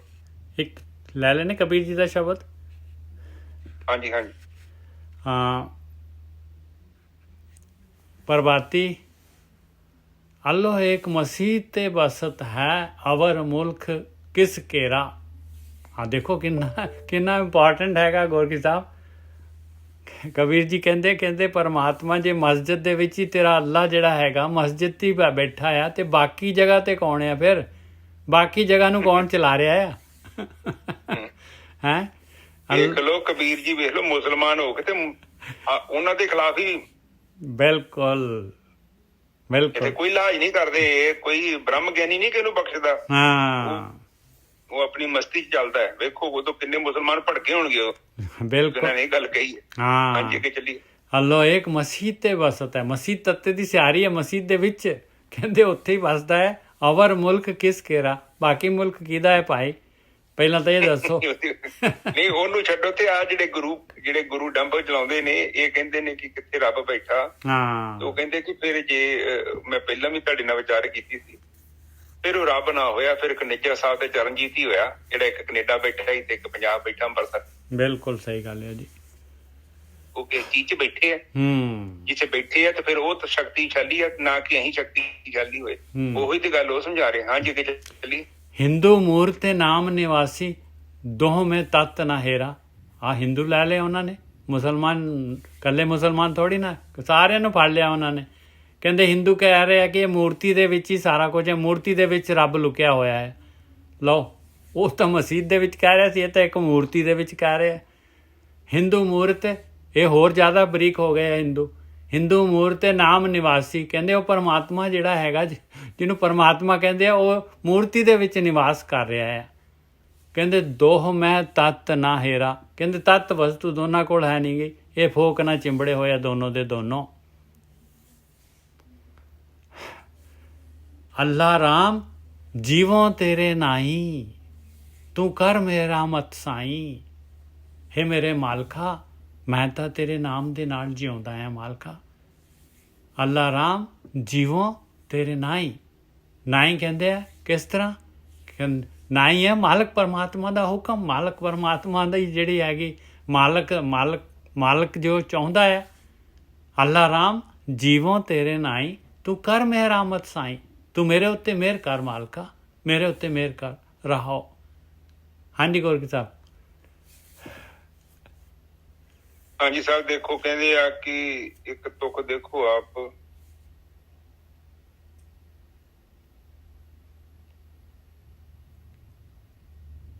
ਅੱਲਾ ਏਕ ਮਸੀਤ ਬਸਤ ਹੈ, ਅਵਰ ਮੁਲਕ ਕਿਸ ਘੇਰਾ। ਹਿੰਦੂ ਮੂਰਤ ਨਾਮ ਨਿਵਾਸੀ, ਨਾਮ ਦੋਹ ਮੈਂ ਤਤ ਨਾ ਹੇਰਾ। ਦੋਨਾਂ ਨੇ ਹੀ ਤਤ ਨਹੀਂ ਲੱਭਿਆ ਪਾਈ। ਹੇਰਾ ਮਤਲਬ ਲੱਭਣਾ, ਨਹੀਂ ਲੱਭਿਆ ਪਾਏ। ਕਹਿੰਦੇ ਮੁਸਲਮਾਨ ਮਸਜਿਦ ਚ ਕਹਿੰਦੇ ਨਾ ਕਿ ਇੱਕ ਰੀਨਾ ਬਾਣੀ ਚ ਆਇਆ ਸੀ, ਤੁਕ ਆਉਂਦੀ ਹੈ ਕਿ ਹਿੰਦੂ ਵੱਡਾ ਕਿ ਮੁਸਲਮਾਨ। ਇਹ ਉਹਨਾਂ ਦੀ ਹੈਗੀ ਆ, ਆਪਣੇ ਜਿਹੜੇ ਹੈਗੇ ਜਿਹੜੇ ਭਾਈ ਗੁਰਦਾਸ ਜੀ ਦੀ। ਬਾਬੇ ਨੂੰ ਪੁੱਛਿਆ ਹਾਂਜੀ, ਕਹਿੰਦੇ ਸ਼ੁਭ ਕਰਮਾਂ ਬਾਅਦ ਬਾਝੋਂ ਦੋਨੋਂ ਰੋਈ, ਦੋਨੋਂ ਹੀ ਰੋਣਗੇ ਭਾਈ। ਨਾ ਹਿੰਦੂ ਵੱਡਾ ਹੈ ਨਾ ਮੁਸਲਮਾਨ ਵੱਡਾ ਹੈ, ਸ਼ੁਭ ਕਰਮ ਹੈ ਨਹੀਂ ਗੇ, ਦੋਨੋਂ ਹੀ ਰੋਣਗੇ। ਅੱਛਾ, ਭਾਈ ਗੁਰਦਾਸ ਜੀ ਦੀ ਤੋਕੇ ਕਿ ਗੁਰੂ ਕਿਸੇ ਦੀ? ਨਹੀਂ, ਭਾਈ ਗੁਰਦਾਸ ਜੀ ਦੀ। ਠੀਕ ਹੈ। ਕਹਿੰਦੇ ਕਰਮਾਂ ਤੋਂ ਬਿਨਾਂ ਤੇ ਬੰਦਾ ਜਿਹੜਾ ਨਾ ਉਹ ਦੋਵੇਂ ਹੀ ਰੋਣਗੇ, ਭਾਵੇਂ ਕੋਈ ਵੀ ਹੋਵੇ, ਜੇਕਰ ਤੇਰੇ ਸ਼ੁਭ ਕਰਮ ਨਹੀਂ ਹੈ, ਹਨਾ। ਹਾਂ ਬਿਲਕੁਲ। ਹੁਣ ਇੱਥੇ ਕਹਿੰਦੇ ਕਿ ਅੱਲਾ ਇੱਕ ਮਸੀਤ ਬਸ ਹੈ। ਜੇ ਪ੍ਰਮਾਤਮਾ ਇੱਕ ਮਸੀਤ ਚ ਵਸਦਾ ਵਾ ਤੇ ਦੂਜੇ ਆੜਾ ਬਾਹਰ ਦਾ ਕਿ ਮਸੀਤ ਤੋਂ ਬਾਹਰ ਆ ਜਾਈਏ ਤਾਂ ਉੱਥੇ ਕੌਣ ਹੈ? ਉਹ ਕੌਣ ਇੰਚਾਰਜ ਹੈ? ਬਸ ਦੇਖੋ ਕਿੰਨੀ ਪ੍ਰੈਕਟੀਕਲੀ ਸਾਇੰਟੀਫਿਕਲੀ ਗੱਲ ਕਰਦੇ ਹੋ ਕਿ ਜੇ ਸਾਡੇ ਵਰਗੇ ਮੰਦਿਰ ਚ ਗੋਦਰੇ ਚ ਬਣਾ ਕੇ ਬੈਠੇ ਆ ਤੇ ਕਹਿੰਦੇ ਫਿਰ ਇੱਥੇ ਬਾਹਰ ਕੌਣ ਤੁਰਿਆ ਫਿਰਦਾ ਹੈ? ਬਾਹਰ ਇੰਚਾਰਜ ਕੌਣ ਹੈ? ਪਰਮਾਤਮਾ ਫਿਰ ਇੱਕ ਜਗ੍ਹਾ ਤੇ ਬੈਠਾ ਹੈ, ਤੇਰੇ ਵਰਗਾ ਹੀ ਹੈ, ਕੋਈ ਇਨਸਾਨ ਹੀ ਹੈ, ਫਿਰ ਰੱਬ ਨਹੀਂ ਹੈਗਾ, ਆਤਮਾ ਤਤ ਨਹੀਂ। ਫਿਰ ਕਹਿੰਦੇ ਹਿੰਦੂ ਮੂਰਤ ਨਾਮ ਨਿਵਾਸੀ ਦੁਰਮਹਿ ਦੋਵੇਂ ਤਤ ਨਾ ਹੇਰਾ। ਦੋਨਾਂ ਨੇ ਕਹਿੰਦੇ, ਹਿੰਦੂ ਕਹਿੰਦੇ ਆ ਵੀ ਇਹ ਮੂਰਤੀ ਦੇ ਵਿੱਚ ਆ, ਪਰਮਾਤਮਾ ਮੂਰਤੀ ਚ ਵਸ ਰਿਹਾ ਹੈ। ਜਿਹੜਾ ਪਰਮੇਸ਼ਰ ਆ, ਜਿਹਦਾ ਨਾਮ ਪਰਮੇਸ਼ਰ ਹੈ, ਕਹਿੰਦੇ ਉਹਦਾ ਨਿਵਾਸ ਮੂਰਤੀ ਦੇ ਵਿੱਚ ਆ। ਨਾਮ ਦਾ ਮਤਲਬ ਮਾਲਕ ਪਰਮਾਤਮਾ। ਹਿੰਦੂ ਮੂਰਤ ਨਾਮ ਨਿਵਾਸੀ, ਕਹਿੰਦੇ ਮੂਰਤੀ ਦੇ ਵਿੱਚ, ਹਿੰਦੂ ਕਹਿੰਦੇ ਆ ਮੂਰਤੀ ਦੇ ਵਿੱਚ ਉਹ ਮਾਲਕ ਪਰਮਾਤਮਾ ਵਸ ਰਿਹਾ। ਕਹਿੰਦੇ ਦੋਵੇਂ ਤੱਤ ਨਾ ਹੇਰਾ। ਕਹਿੰਦੇ ਦੋਨਾਂ ਨੂੰ ਨਹੀਂ ਪਤਾ ਸੱਚਾਈ ਕੀ ਹੈਗੀ, ਦੋਨੋਂ ਹੀ ਭਟਕੇ ਹੋਏ ਆ। ਹਾਂਜੀ ਵੀਰ ਜੀ। ਹਾਂਜੀ ਠੀਕ ਹੈ। ਕਹਿੰਦਾ ਮਸੀਤ ਦੇ ਵਿੱਚ, ਇੱਕ ਕਹਿੰਦਾ ਮੂਰਤੀ ਵਿੱਚ। ਠੀਕ ਹੈ, ਦੋਨੋਂ ਮੂਰਤੀ, ਇੱਕ ਮੂਰਤੀ ਨੂੰ, ਵੈਸੇ ਉਹ ਵੀ ਮੂਰਤੀ ਨੂੰ ਪੂਜਦੇ ਨੇ ਤੇ ਪੱਥਰ ਹੈਗਾ ਸਾਊਦੀ ਅਰਬ ਦੇ ਵਿੱਚ, ਜਾ ਕੇ ਦੇਖੋਗੇ ਉਹ ਕਾਈਂਡ ਆਫ ਉਹੀ ਚੀਜ਼। ਉਹ ਕਹਿੰਦੇ ਅੱਗੇ ਲੈਣਗੇ ਕਬੀਰ ਜੀ, ਉਹ ਸਾਊਦੀ ਅਰਬ ਹੀ ਛੱਡਿਆ ਨਹੀਂ ਉਹਨਾਂ ਨੇ। ਅੱਛਾ, ਉਹ ਸਭ ਪਹੁੰਚੇ ਹੁੰਦੇ ਇਸੇ ਤੇ ਆ ਜਾਣਗੇ, ਇਸੇ ਦੇ ਵਿੱਚ, ਇਸੇ ਸ਼ਬਦ ਚ ਹੈਗਾ, ਉਹ ਇਸੇ ਸ਼ਬਦ ਚ ਲੈਣਗੇ, ਉਹ ਸਾਊਦੀ ਅਰਬ ਤੱਕ ਜਾਣਗੇ ਕਬੀਰ ਜੀ। ਹਾਂ, ਤੇ ਫਿਰ ਉਹ ਗੱਲ ਨਹੀਂ ਉਹ ਸਮਝਣ ਦੀ ਲੋੜ ਆ ਕਿ ਉਹ ਕਹਿੰਦੇ ਕਿ ਜਿਹਨੇ ਤੱਤ ਨੂੰ ਨਹੀਂ ਵਿਚਾਰਿਆ। ਵਿਚਾਰੇ ਦਾ ਮਤਲਬ ਇਹ ਨਹੀਂ ਕਿ ਗੱਲਾਂ ਕੀਤੀਆਂ, ਵਿਚਾਰੇ ਦਾ ਮਤਲਬ ਕਿ ਅਨੁਭਵ ਕੀਤਾ। ਉਹ ਫਿਰ ਕਹਿੰਦੇ ਕਿ ਫਿਰ ਗੱਲ ਨਹੀਂ ਬਣੀ, ਕਿਉਂਕਿ ਜਦ ਤੱਕ ਆਤਮਾ ਦਾ ਸਪਰਸ਼ ਨਹੀਂ ਹੁੰਦਾ ਉਹਨਾਂ ਚਿਰ ਤੱਕ ਸਾਡੇ ਜੀਵਨ ਚ ਸੱਚ ਨਹੀਂ ਆਵੇਗਾ। ਸਾਡੀ ਜ਼ਿੰਦਗੀ ਚ ਸੱਚ ਆਉਣ ਦਾ ਕਾਰਨ ਹੀ ਮਹਿਕ ਕਿੱਥੋਂ ਆਈ? ਫੁੱਲ ਤੋਂ ਆਈ। ਬਿਲਕੁਲ। ਔਰ ਆਤਮਾ ਦਾ ਸਪਰਸ਼ ਤਾਂ ਹੋਏਗਾ ਜੇ ਆਪਾਂ ਜਿਹੜਾ ਹੈ, ਜੋ ਮਾਲਕ ਨੇ ਜਿਹੜਾ ਹੈਗਾ ਆਤਮਾ ਨੂੰ ਸਪਰਸ਼ ਕਰਨ ਵਾਸਤੇ ਜੋ ਤਰੀਕਾ ਮਾਲਕ ਨੇ ਬਣਾਇਆ ਆ, ਜੇ ਉਸ ਤਰੀਕੇ ਦੇ ਨਾਲ ਚੱਲਾਂਗੇ, ਮਾਲਕ ਦੇ ਹੁਕਮ ਦੇ ਵਿੱਚ ਚੱਲਾਂਗੇ, ਉਹਦਾ ਹੁਕਮ ਮੰਨਾਂਗੇ ਤੇ ਸਪਰਸ਼ ਕਰ ਲਾਂਗੇ ਆਤਮਾ ਦਾ, ਉਹਦਾ ਹੁਕਮ ਨਹੀਂ ਮੰਨਾਂਗੇ ਤੇ ਆਪਾਂ ਨਹੀਂ ਸਪਰਸ਼ ਕਰ ਸਕਦੇ। ਹਾਂਜੀ ਵੀਰ ਜੀ।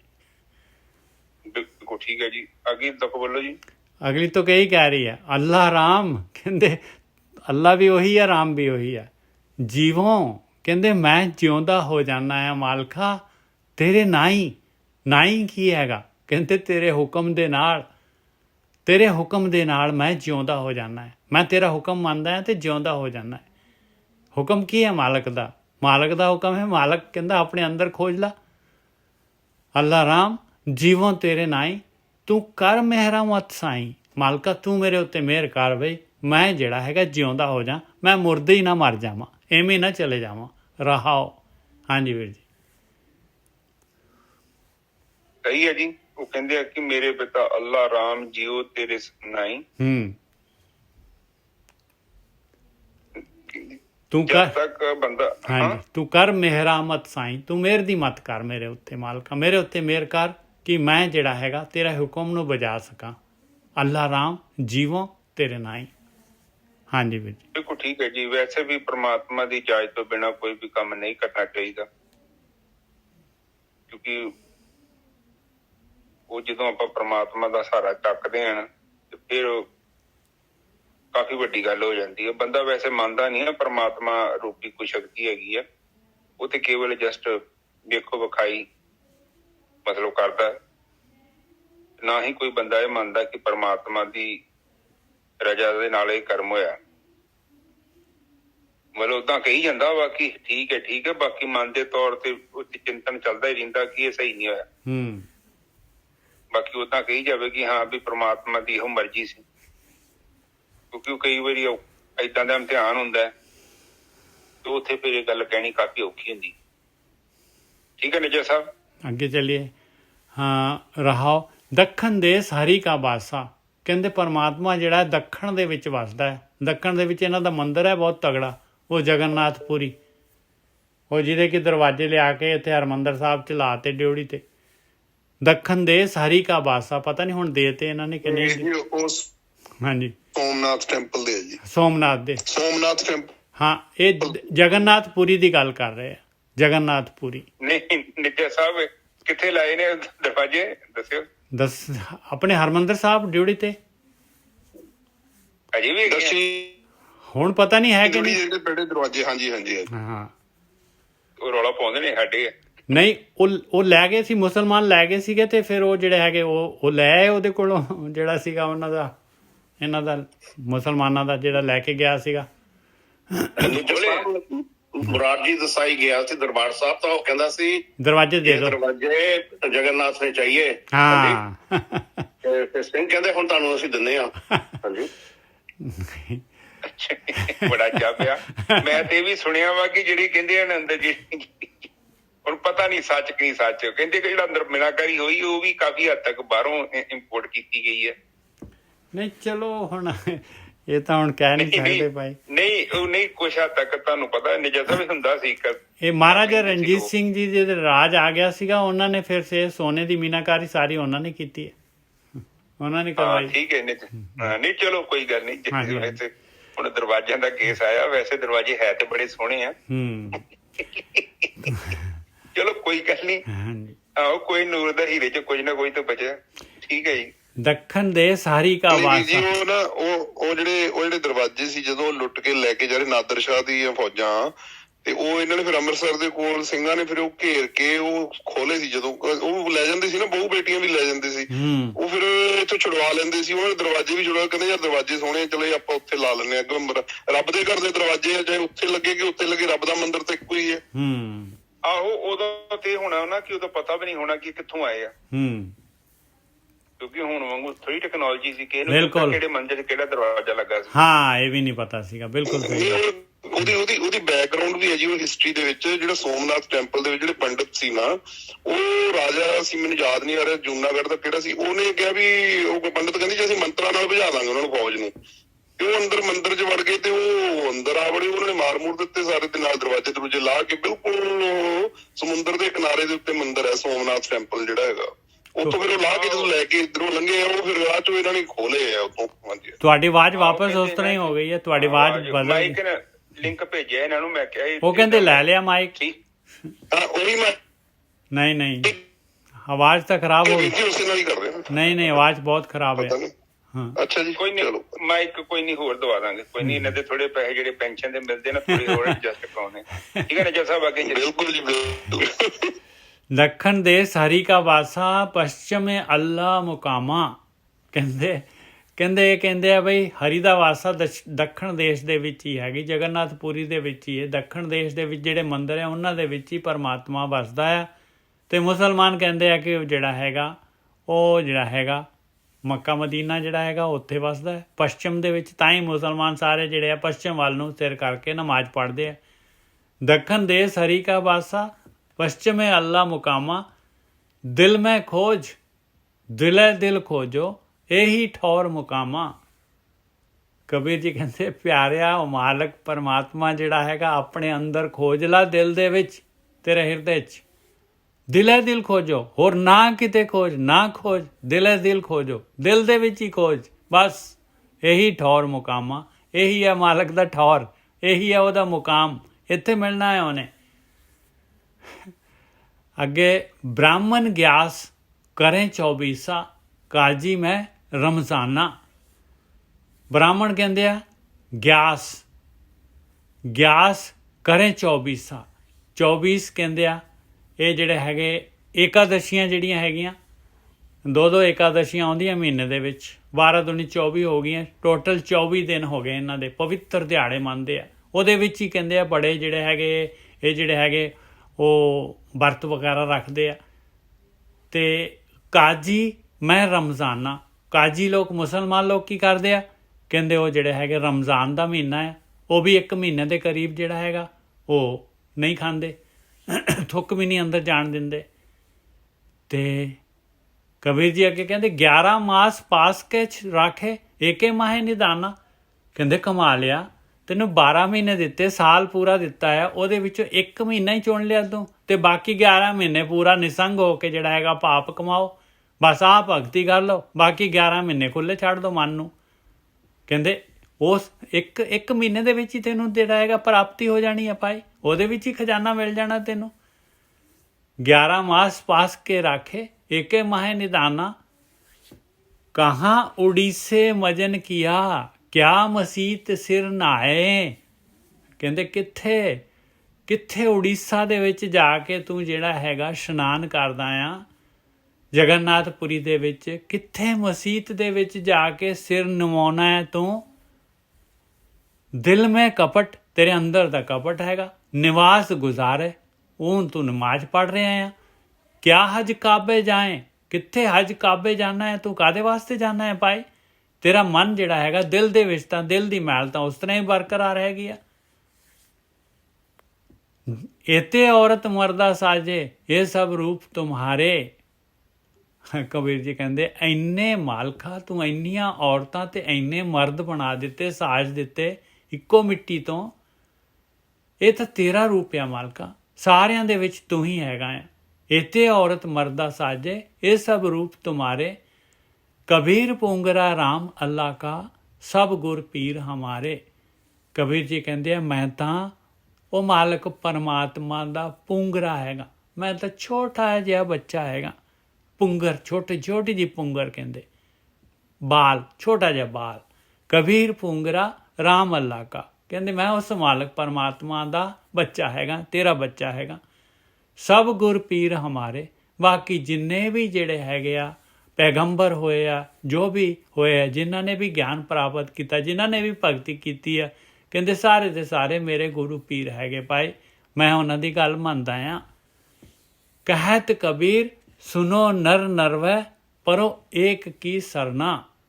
ਕਬੀਰ ਜੀ ਗਿਆਨ ਦੇ ਰਹੇ ਆ, ਕਹਿੰਦੇ ਨਰਵਾ ਹੁੰਦਾ ਹੈ ਨਾਰੀ। ਕਹਿੰਦੇ ਬੰਦਿਓ ਤੀਵੀਓ ਸੁਣ ਲਓ ਸਾਰੇ। ਕਹਿਤ ਕਬੀਰ ਸੁਨੋ ਨਰ ਨਰਵੈ, ਪਰੋ ਏਕ ਕੀ ਸਰਨਾ। ਕਹਿੰਦੇ ਇੱਕ ਮਾਲਕ ਪਰਮਾਤਮਾ ਦੀ ਸ਼ਰਨ ਦੇ ਵਿੱਚ ਚਲੇ ਜਾਓ। ਕਹਿਤ ਕਬੀਰ ਸੁਨੋ ਨਰ ਨਰਵੈ, ਪਰੋ ਏਕ ਕੀ ਸਰਨਾ। ਕੇਵਲ ਨਾਮ ਜਪੋ ਰੇ ਪ੍ਰਾਨੀ, ਤਭੀ ਨਿਹਚੈ ਤਰਨਾ। ਬਸ ਉਸ ਮਾਲਕ ਪਰਮਾਤਮਾ ਦਾ ਧਿਆਨ ਸਿਮਰਨ, ਕੇਵਲ ਹੋਰ ਕੋਈ ਤਰੀਕਾ ਨਹੀਂ ਹੈਗਾ। ਕੇਵਲ ਨਾਮ ਜਪੋ ਰੇ ਪ੍ਰਾਣੀ, ਇਹ ਪ੍ਰਾਣਾ ਵਾਲਿਆ, ਇਹ ਪ੍ਰਾਣ ਸ਼ਕਤੀ ਨੂੰ ਪ੍ਰਗਟ ਕਰ। ਤਬ ਹੀ ਨਿਹਚੈ ਤਰਨਾ, ਤਦ ਹੀ ਡੈਫੀਨੇਟਲੀ ਤੂੰ ਸੰਸਾਰ ਸਮੁੰਦਰ ਤੋਂ ਪਾਰ ਹੋ ਜਾਏਗਾ। ਹਾਂਜੀ ਵੀਰ ਜੀ। ਹਾਂਜੀ ਠੀਕ ਹੈ ਜੀ। ਦੇਖੋ ਉਹਨਾਂ ਨੇ ਦੋ ਚੀਜ਼ਾਂ ਨੂੰ ਬਿਲਕੁਲ ਹੀ ਉਹਨਾਂ ਨੇ ਸਾਨੂੰ ਚੰਗੀ ਤਰ੍ਹਾਂ ਸਮਝਾਉਣ ਦੀ ਕੋਸ਼ਿਸ਼ ਕੀਤੀ। ਇੱਕ ਤੇ ਮੁਸਲਮਾਨ ਵੇਖੋ ਤਿਬਲੇ ਦੇ ਹਿਸਾਬ ਨਾਲ ਨਾ, ਤੁਸੀਂ ਅਰਬ ਕੰਟਰੀਆਂ 'ਚ ਜਾਓ ਨਾ, ਉੱਥੇ ਨਾਰਥ ਸਾਊਥ ਈਸਟ ਵੈਸਟ ਉੱਥੇ ਨਾ ਬਣੇ ਹੁੰਦੇ ਕੰਪਸ ਬਣਾ ਕੇ ਰੱਖਿਆ ਹੁੰਦਾ ਉਹਨਾਂ ਨੇ, ਬਿਲਕੁਲ। ਤੇ ਉਹ ਉਧਰ ਮੂੰਹ ਕਰਕੇ ਨਮਾਜ਼ ਕਰਦੇ ਨੇ, ਤਿਬਲਾ ਵੇਂਦੇ ਨੇ। ਸਾਡੇ ਜਹਾਜ਼ਾਂ ਤੇ ਵੀ ਪਹੁੰਚਦੇ ਨੇ, ਉਹ ਸਾਡਾ ਜਹਾਜ਼ ਹਿੱਲੀ ਜਾਂਦਾ ਨਾ, ਅੱਗੇ ਪਿੱਛੇ ਹੋ ਜਾਂਦਾ, ਤੇ ਉਹਦਾ ਤਿਬਲਾ ਵੀ ਅੱਗੇ ਪਿੱਛੇ ਹੋ ਜਾਂਦਾ। ਇਸ ਕਰਕੇ ਜਦੋਂ ਵੀ ਉਹ ਨਮਾਜ਼ ਕਰਦੇ ਆ ਤੇ ਸਾਨੂੰ ਟਾਵਰ 'ਚ ਫੋਨ ਕਰਦੇ ਕਿ ਸਿੰਘ ਤਿਬਲਾ ਕਿਧਰ ਹੈ। ਉਹ ਫਿਰ ਉੱਧਰ ਨਮਾਜ਼ ਕਰਨੀ ਹੁੰਦੀ ਹੈ ਨਾ। ਕਹਿਣ ਤੋਂ ਭਾਵ ਆ ਕਿ ਦੇਖੋ, ਕਹਿੰਦੇ ਕਿ ਤਿਬਲਾ ਛੱਡੋ, ਦੱਖਣ ਛੱਡੋ, ਕਿਹੜੇ ਵਹਿਮਾਂ 'ਚ ਪੈ ਗਏ ਜੋ। ਆਖਰ ਤੇ ਉਹ ਕਹਿੰਦੇ ਨੇ ਕਿ ਦੇਖੋ ਤੁਕ 'ਚ ਕੀ ਕਹਿੰਦਾ, ਕੇਵਲ ਨਾਮ ਜਪੋ ਰੇ ਪ੍ਰਾਣੀ, ਸਭ ਹੀ ਤਬ ਹੀ ਨਿਸ਼ਚੈ ਤਰਨਾ। ਤਾਂ ਹੀ, ਕੇਵਲ ਤਾਂ ਹੀ, ਹੋਰ ਕੋਈ ਤਰੀਕਾ ਨਹੀਂ ਹੈ। और जब तक तू भगती नहीं करेगा तो मुश्किल है, क्योंकि जिन्ना चਿਰ तक भगत नहीं करते आत्मा का ज्ञान नहीं प्राप्त होता। जिन्ना चਿਰ आत्मा का ज्ञान नहीं प्राप्त होता उन्ना चਿਰ तक जिंदगी चो बुराई नहीं खत्म होती। बुराई का मतलब ही खत्म हो जाता है। यो ही है कि असीं आत्मा दे जाने अनजाने ਉਹਦੇ ਕੰਟੈਕਟ 'ਚ ਆ ਰਹੇ, ਹੋਰ ਕਿਸੇ ਵੀ ਤਰੀਕੇ ਨਾਲ बुराई नहीं खत्म हो सकती। ਨਿੱਜਾ ਸਾਹਿਬ ਅੱਜ ਦੇ ਵਿਚਾਰ ਇੱਥੇ। ਹਾਂਜੀ ਵੀਰ ਜੀ, ਬਹੁਤ ਵਧੀਆ ਸੀ। ਕਬੀਰ ਜੀ ਨੇ ਬਹੁਤ ਗਿਆਨ ਦਿੱਤਾ ਹੈ ਭਾਈ। ਹਿੰਦੂ ਮੁਸਲਮਾਨ ਕੋਈ ਵੀ ਜਿਹੜੇ ਹੈਗੇ, ਸਾਰੇ ਜਿਹੜੇ ਹੈਗੇ ਇੱਕੋ ਹੀ ਰਸਤਾ ਹੈਗਾ ਸਾਰਿਆਂ ਦੇ ਵਾਸਤੇ। ਹਾਂਜੀ ਵੀਰ ਜੀ। ਹਾਂ, ਅੱਜ ਸੰਗਤ ਜੀ ਇੱਕ ਨਾ ਅਰਦਾਸ ਕਰਨੀ ਹੈ ਮੈਂ ਰਾਜ ਕੌਰ ਦੀ। ਉਹ ਮਤਲਬ ਆਪਣੀ ਸੰਗਤ ਦਾ ਪਾਵਾ ਮੇਲੀ ਇਹ ਸਾਰੇ ਨਿੱਜਾ ਸਾਹਿਬ ਤੁਸੀਂ ਜਾਣਦੇ ਜੋ ਨਾ। ਹਾਂਜੀ, ਜਿਨ੍ਹਾਂ ਨੂੰ ਕੈਂਸਰ ਸੀਗਾ। ਹਾਂ, ਉਹ ਉਹਨਾਂ ਡੈਥ ਹੋ ਗਈ ਹਾਏ ਹਾਏ ਹਾਏ। ਅੱਜ ਉਹਨਾਂ ਦੀ। ਓਹੋ, ਮੈਂ ਬਹੁਤ ਅਰਦਾਸਾਂ ਕੀਤੀਆਂ ਪਰ ਗੱਲ ਨਹੀਂ ਬਣੀ। ਵਾਹਿਗੁਰੂ। ਬਹੁਤ ਹਾਂਜੀ, ਮੇਰੇ ਨਾਲ ਵੀ ਮੈਂ ਕਾਫੀ ਉਸ ਜਿਹੜਾ ਦਾ- ਗੱਲਬਾਤ ਕਰਦੇ ਹੁੰਦੇ ਸੀ, ਉਹ ਰਾਤ ਨੂੰ ਵੀ ਕਾਫੀ ਫੋਨ ਕਰ ਲੈਂਦੇ ਸੀ। ਹਾਂਜੀ ਵੀ। ਹਾਂ, ਵਿਚਾਰੀ ਨਾ ਬਹੁਤ ਪਰੇਸ਼ਾਨ ਰਹੀ ਹੈ। ਸੰਗਤ ਜੀ, ਜੇ ਤੁਹਾਡਾ ਮਤਲਬ ਇਹ ਬੜਾ ਜਿਹਾ ਯਾਦ ਕਰਦੇ ਆ ਜਿਨ੍ਹਾਂ ਨੂੰ। ਹਾਂਜੀ ਵੀਰ। ਚਲੋ ਇਹ ਸੰਸਾਰ ਹੈ, ਜਾਣਾ ਤੇ ਆਪਾਂ ਵੀ ਆ। ਹਾਂ, ਚਲੋ ਦੁੱਖ ਲੱਗਾ ਮੈਨੂੰ। ਵਾਹਿਗੁਰੂ। ਉਹਨਾਂ ਦੀ ਜਿੰਨਾ ਵੀ ਉਹਨਾਂ ਨੇ ਇੱਕ ਬੇਟੀ ਇੱਕ ਬੇਟਾ ਹੈਗਾ। ਬੇਟਾ ਛੋਟਾ ਹੈ, 10ਵੀਂ 'ਚ ਹਾਂ। ਪੜ੍ਹਦਾ ਹੈ। ਬੇਟੀ ਜਿਹੜੀ ਹੈਗੀ ਉਹ ਮੇਰੇ ਖਿਆਲ MA ਵਗੈਰਾ 'ਚ ਹੈਗੀ ਹੈ। ਹਾਂ, ਬੱਚੀ ਹੈਗੀ। ਮੈਂ ਵਿਚਾਰੀ ਨਾ ਉਹਨੇ ਫੋਨ ਕੀਤਾ ਗੁੜੀਆ ਨੇ। ਹਾਂਜੀ ਹਾਂਜੀ। ਚਲੋ ਇਹ ਸੰਸਾਰ ਹੀ ਹੈ ਜੀ, ਰਹਿਣਾ ਕਿਸੇ ਨੇ ਨਹੀਂ ਇੱਥੇ, ਸਭ ਨੇ ਜਾਣਾ। ਇੱਕ ਸਮਾਂ ਆਊਗਾ ਸਾਡੀ ਵੀ ਕਿਸੇ ਨੇ ਅਰਦਾਸ ਕਰ ਦੇਣੀ ਏਦਾਂ ਹੀ। ਬਿਲਕੁਲ। ਇਸ ਕਰਕੇ ਭਗਤੀ ਕਰਿਆ ਕਰੋ। ਇੱਕ ਓਂਕਾਰ ਸਤਨਾਮ ਕਰਤਾ ਪੁਰਖ ਨਿਰਭਉ ਨਿਰਵੈਰ ਅਕਾਲ ਮੂਰਤ ਅਜੂਨੀ ਸੈਭੰ ਗੁਰ ਪ੍ਰਸਾਦ। ਇਹ ਮੇਰੇ ਪਿਤਾ ਗਰੀਬ ਨਵਾਜ ਮਿਹਰ ਕਰੋ, ਮਿਹਰ ਕਰੋ। ਬਾਣੀ ਪੜ੍ਹਦਿਆਂ ਵਿਚਾਰ ਕਰਦਿਆਂ, ਬਾਣੀ ਸਰਵਣ ਕਰਦਿਆਂ ਅਨੇਕਾਂ ਪ੍ਰਕਾਰ ਦੀਆਂ ਭੁੱਲਾਂ ਤੇ ਗਲਤੀਆਂ ਹੋ ਗਈਆਂ। ਨਿਦਾਨ ਬੱਚੇ ਸਮਝ ਕੇ ਮਾਫ਼ ਕਰੋ ਤੇ ਤੁਝ ਬਦ ਤੇ ਸਪਸ਼ਟ ਬਾਣੀ ਪੜ੍ਹਨ ਦੀ ਆਗਿਆ ਬਖਸ਼ਣੀ। ਬਾਣੀ ਦਾ ਭਾਵ ਸਾਡੇ ਹਿਰਦੇ 'ਚ ਵਸਾਉਣਾ। ਮਿਹਰ ਕਰੋ ਮੇਰੇ ਮਾਲਿਕ। ਆਈਆਂ ਸੰਗਤਾਂ ਦੀ ਹਾਜ਼ਰੀ ਆਪਣੇ ਦਰ ਤੇ ਪ੍ਰਵਾਨ ਕਰਨੀ। ਘਰ ਵਿੱਚ ਸੁੱਖ ਸ਼ਾਂਤੀ ਦੇ ਨਿਰੋਗਤਾ ਬਖਸ਼ਣੀ, ਤੰਦਰੁਸਤੀ ਬਖਸ਼ਣੀ, ਨਾਮਦਾਨ ਬਖਸ਼ਣਾ। ਵਾਹਿਗੁਰੂ ਜੀ ਕਾ ਖਾਲਸਾ, ਵਾਹਿਗੁਰੂ ਜੀ ਕੀ ਫਤਿਹ। ਇਹ ਮੇਰੇ ਪਿਤਾ ਆਪ ਜਾਨੀ ਜਾਣ ਹੋ, ਉਹ ਆਤਮਾ ਦੀ ਸ਼ਾਂਤੀ ਦੇ ਲਈ ਤੁਹਾਡੇ ਚਰਨਾਂ 'ਚ ਅਰਦਾਸ ਕਰਦੇ ਹਾਂ। ਆਪ ਉਹਨਾਂ ਨੂੰ ਸ਼ਾਂਤੀ ਬਖਸ਼ੋ, ਆਪਣੇ ਚਰਨਾਂ ਦੇ ਵਿੱਚ ਜਗ੍ਹਾ ਬਖਸ਼ੋ। ਮੇਰੇ ਮਾਲਿਕ ਮਿਹਰ ਕਰੋ, ਮਿਹਰ ਕਰੋ। ਆਪ ਨੇ ਜੋ ਵੀ ਫੈਸਲਾ ਕੀਤਾ ਹੈ ਮੇਰੇ ਪਿਤਾ, ਤੇਰਾ ਭਾਣਾ ਮਿੱਠਾ ਲਾਗੇ। ਅਸੀਂ ਤੇ ਉਹ ਕਹਿ ਸਕਦੇ ਹਾਂ ਮੇਰੇ ਪਿਤਾ, ਸ਼ਾਇਦ ਇਹਦੇ ਵਿੱਚ ਹੀ ਉਹਨਾਂ ਦਾ ਭਲਾ ਹੈ। ਅਸੀਂ ਆਪ ਜੀ ਦੇ ਧੰਨਵਾਦੀ ਹਾਂ ਮੇਰੇ ਮਾਲਿਕ। ਆਪ ਉਹਨਾਂ ਨੂੰ ਇੱਕ ਚੰਗਾ ਸਾਫ ਸੁਥਰਾ ਜੋ ਵੀ ਹੈ ਇੱਕ ਜੀਵਨ ਬਖਸ਼ੋ, ਆਪਣੇ ਚਰਨਾਂ 'ਚ ਜਗ੍ਹਾ ਬਖਸ਼ੋ ਮੇਰੇ ਮਾਲਿਕ। ਵਾਹਿਗੁਰੂ ਜੀ ਕਾ ਖਾਲਸਾ, ਵਾਹਿਗੁਰੂ ਜੀ ਕੀ ਫਤਿਹ। ਵਾਹਿਗੁਰੂ ਵਾਹਿਗੁਰੂ ਵਾਹਿਗੁਰੂ ਵਾਹਿਗੁਰੂ ਵਾਹਿਗੁਰੂ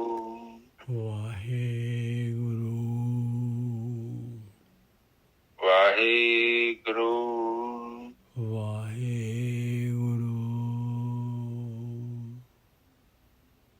ਵਾਹਿਗੁਰੂ ਵਾਹਿਗੁਰੂ ਵਾਹਿਗੁਰੂ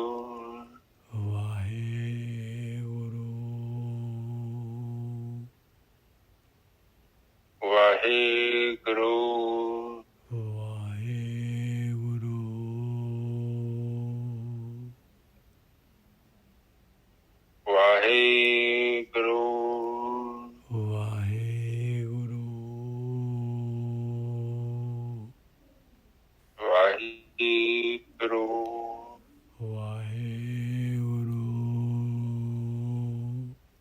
ਵਾਹਿਗੁਰੂ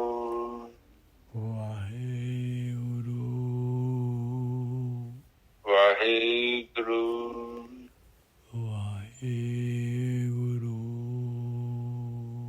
ਵਾਹਿਗੁਰੂ ਵਾਹਿਗੁਰੂ ਵਾਹਿਗੁਰੂ ਵਾਹਿਗੁਰੂ ਸੰਗਤ ਜੀ ਚੁੱਪ ਹੋ ਜਾਓ। ਵਾਹਿਗੁਰੂ ਵਾਹਿਗੁਰੂ ਵਾਹਿਗੁਰੂ ਵਾਹਿਗੁਰੂ ਵਾਹਿਗੁਰੂ ਵਾਹਿਗੁਰੂ ਵਾਹਿਗੁਰੂ ਜੀ ਕਾ ਖਾਲਸਾ, ਵਾਹਿਗੁਰੂ ਜੀ ਕੀ ਫਤਿਹ।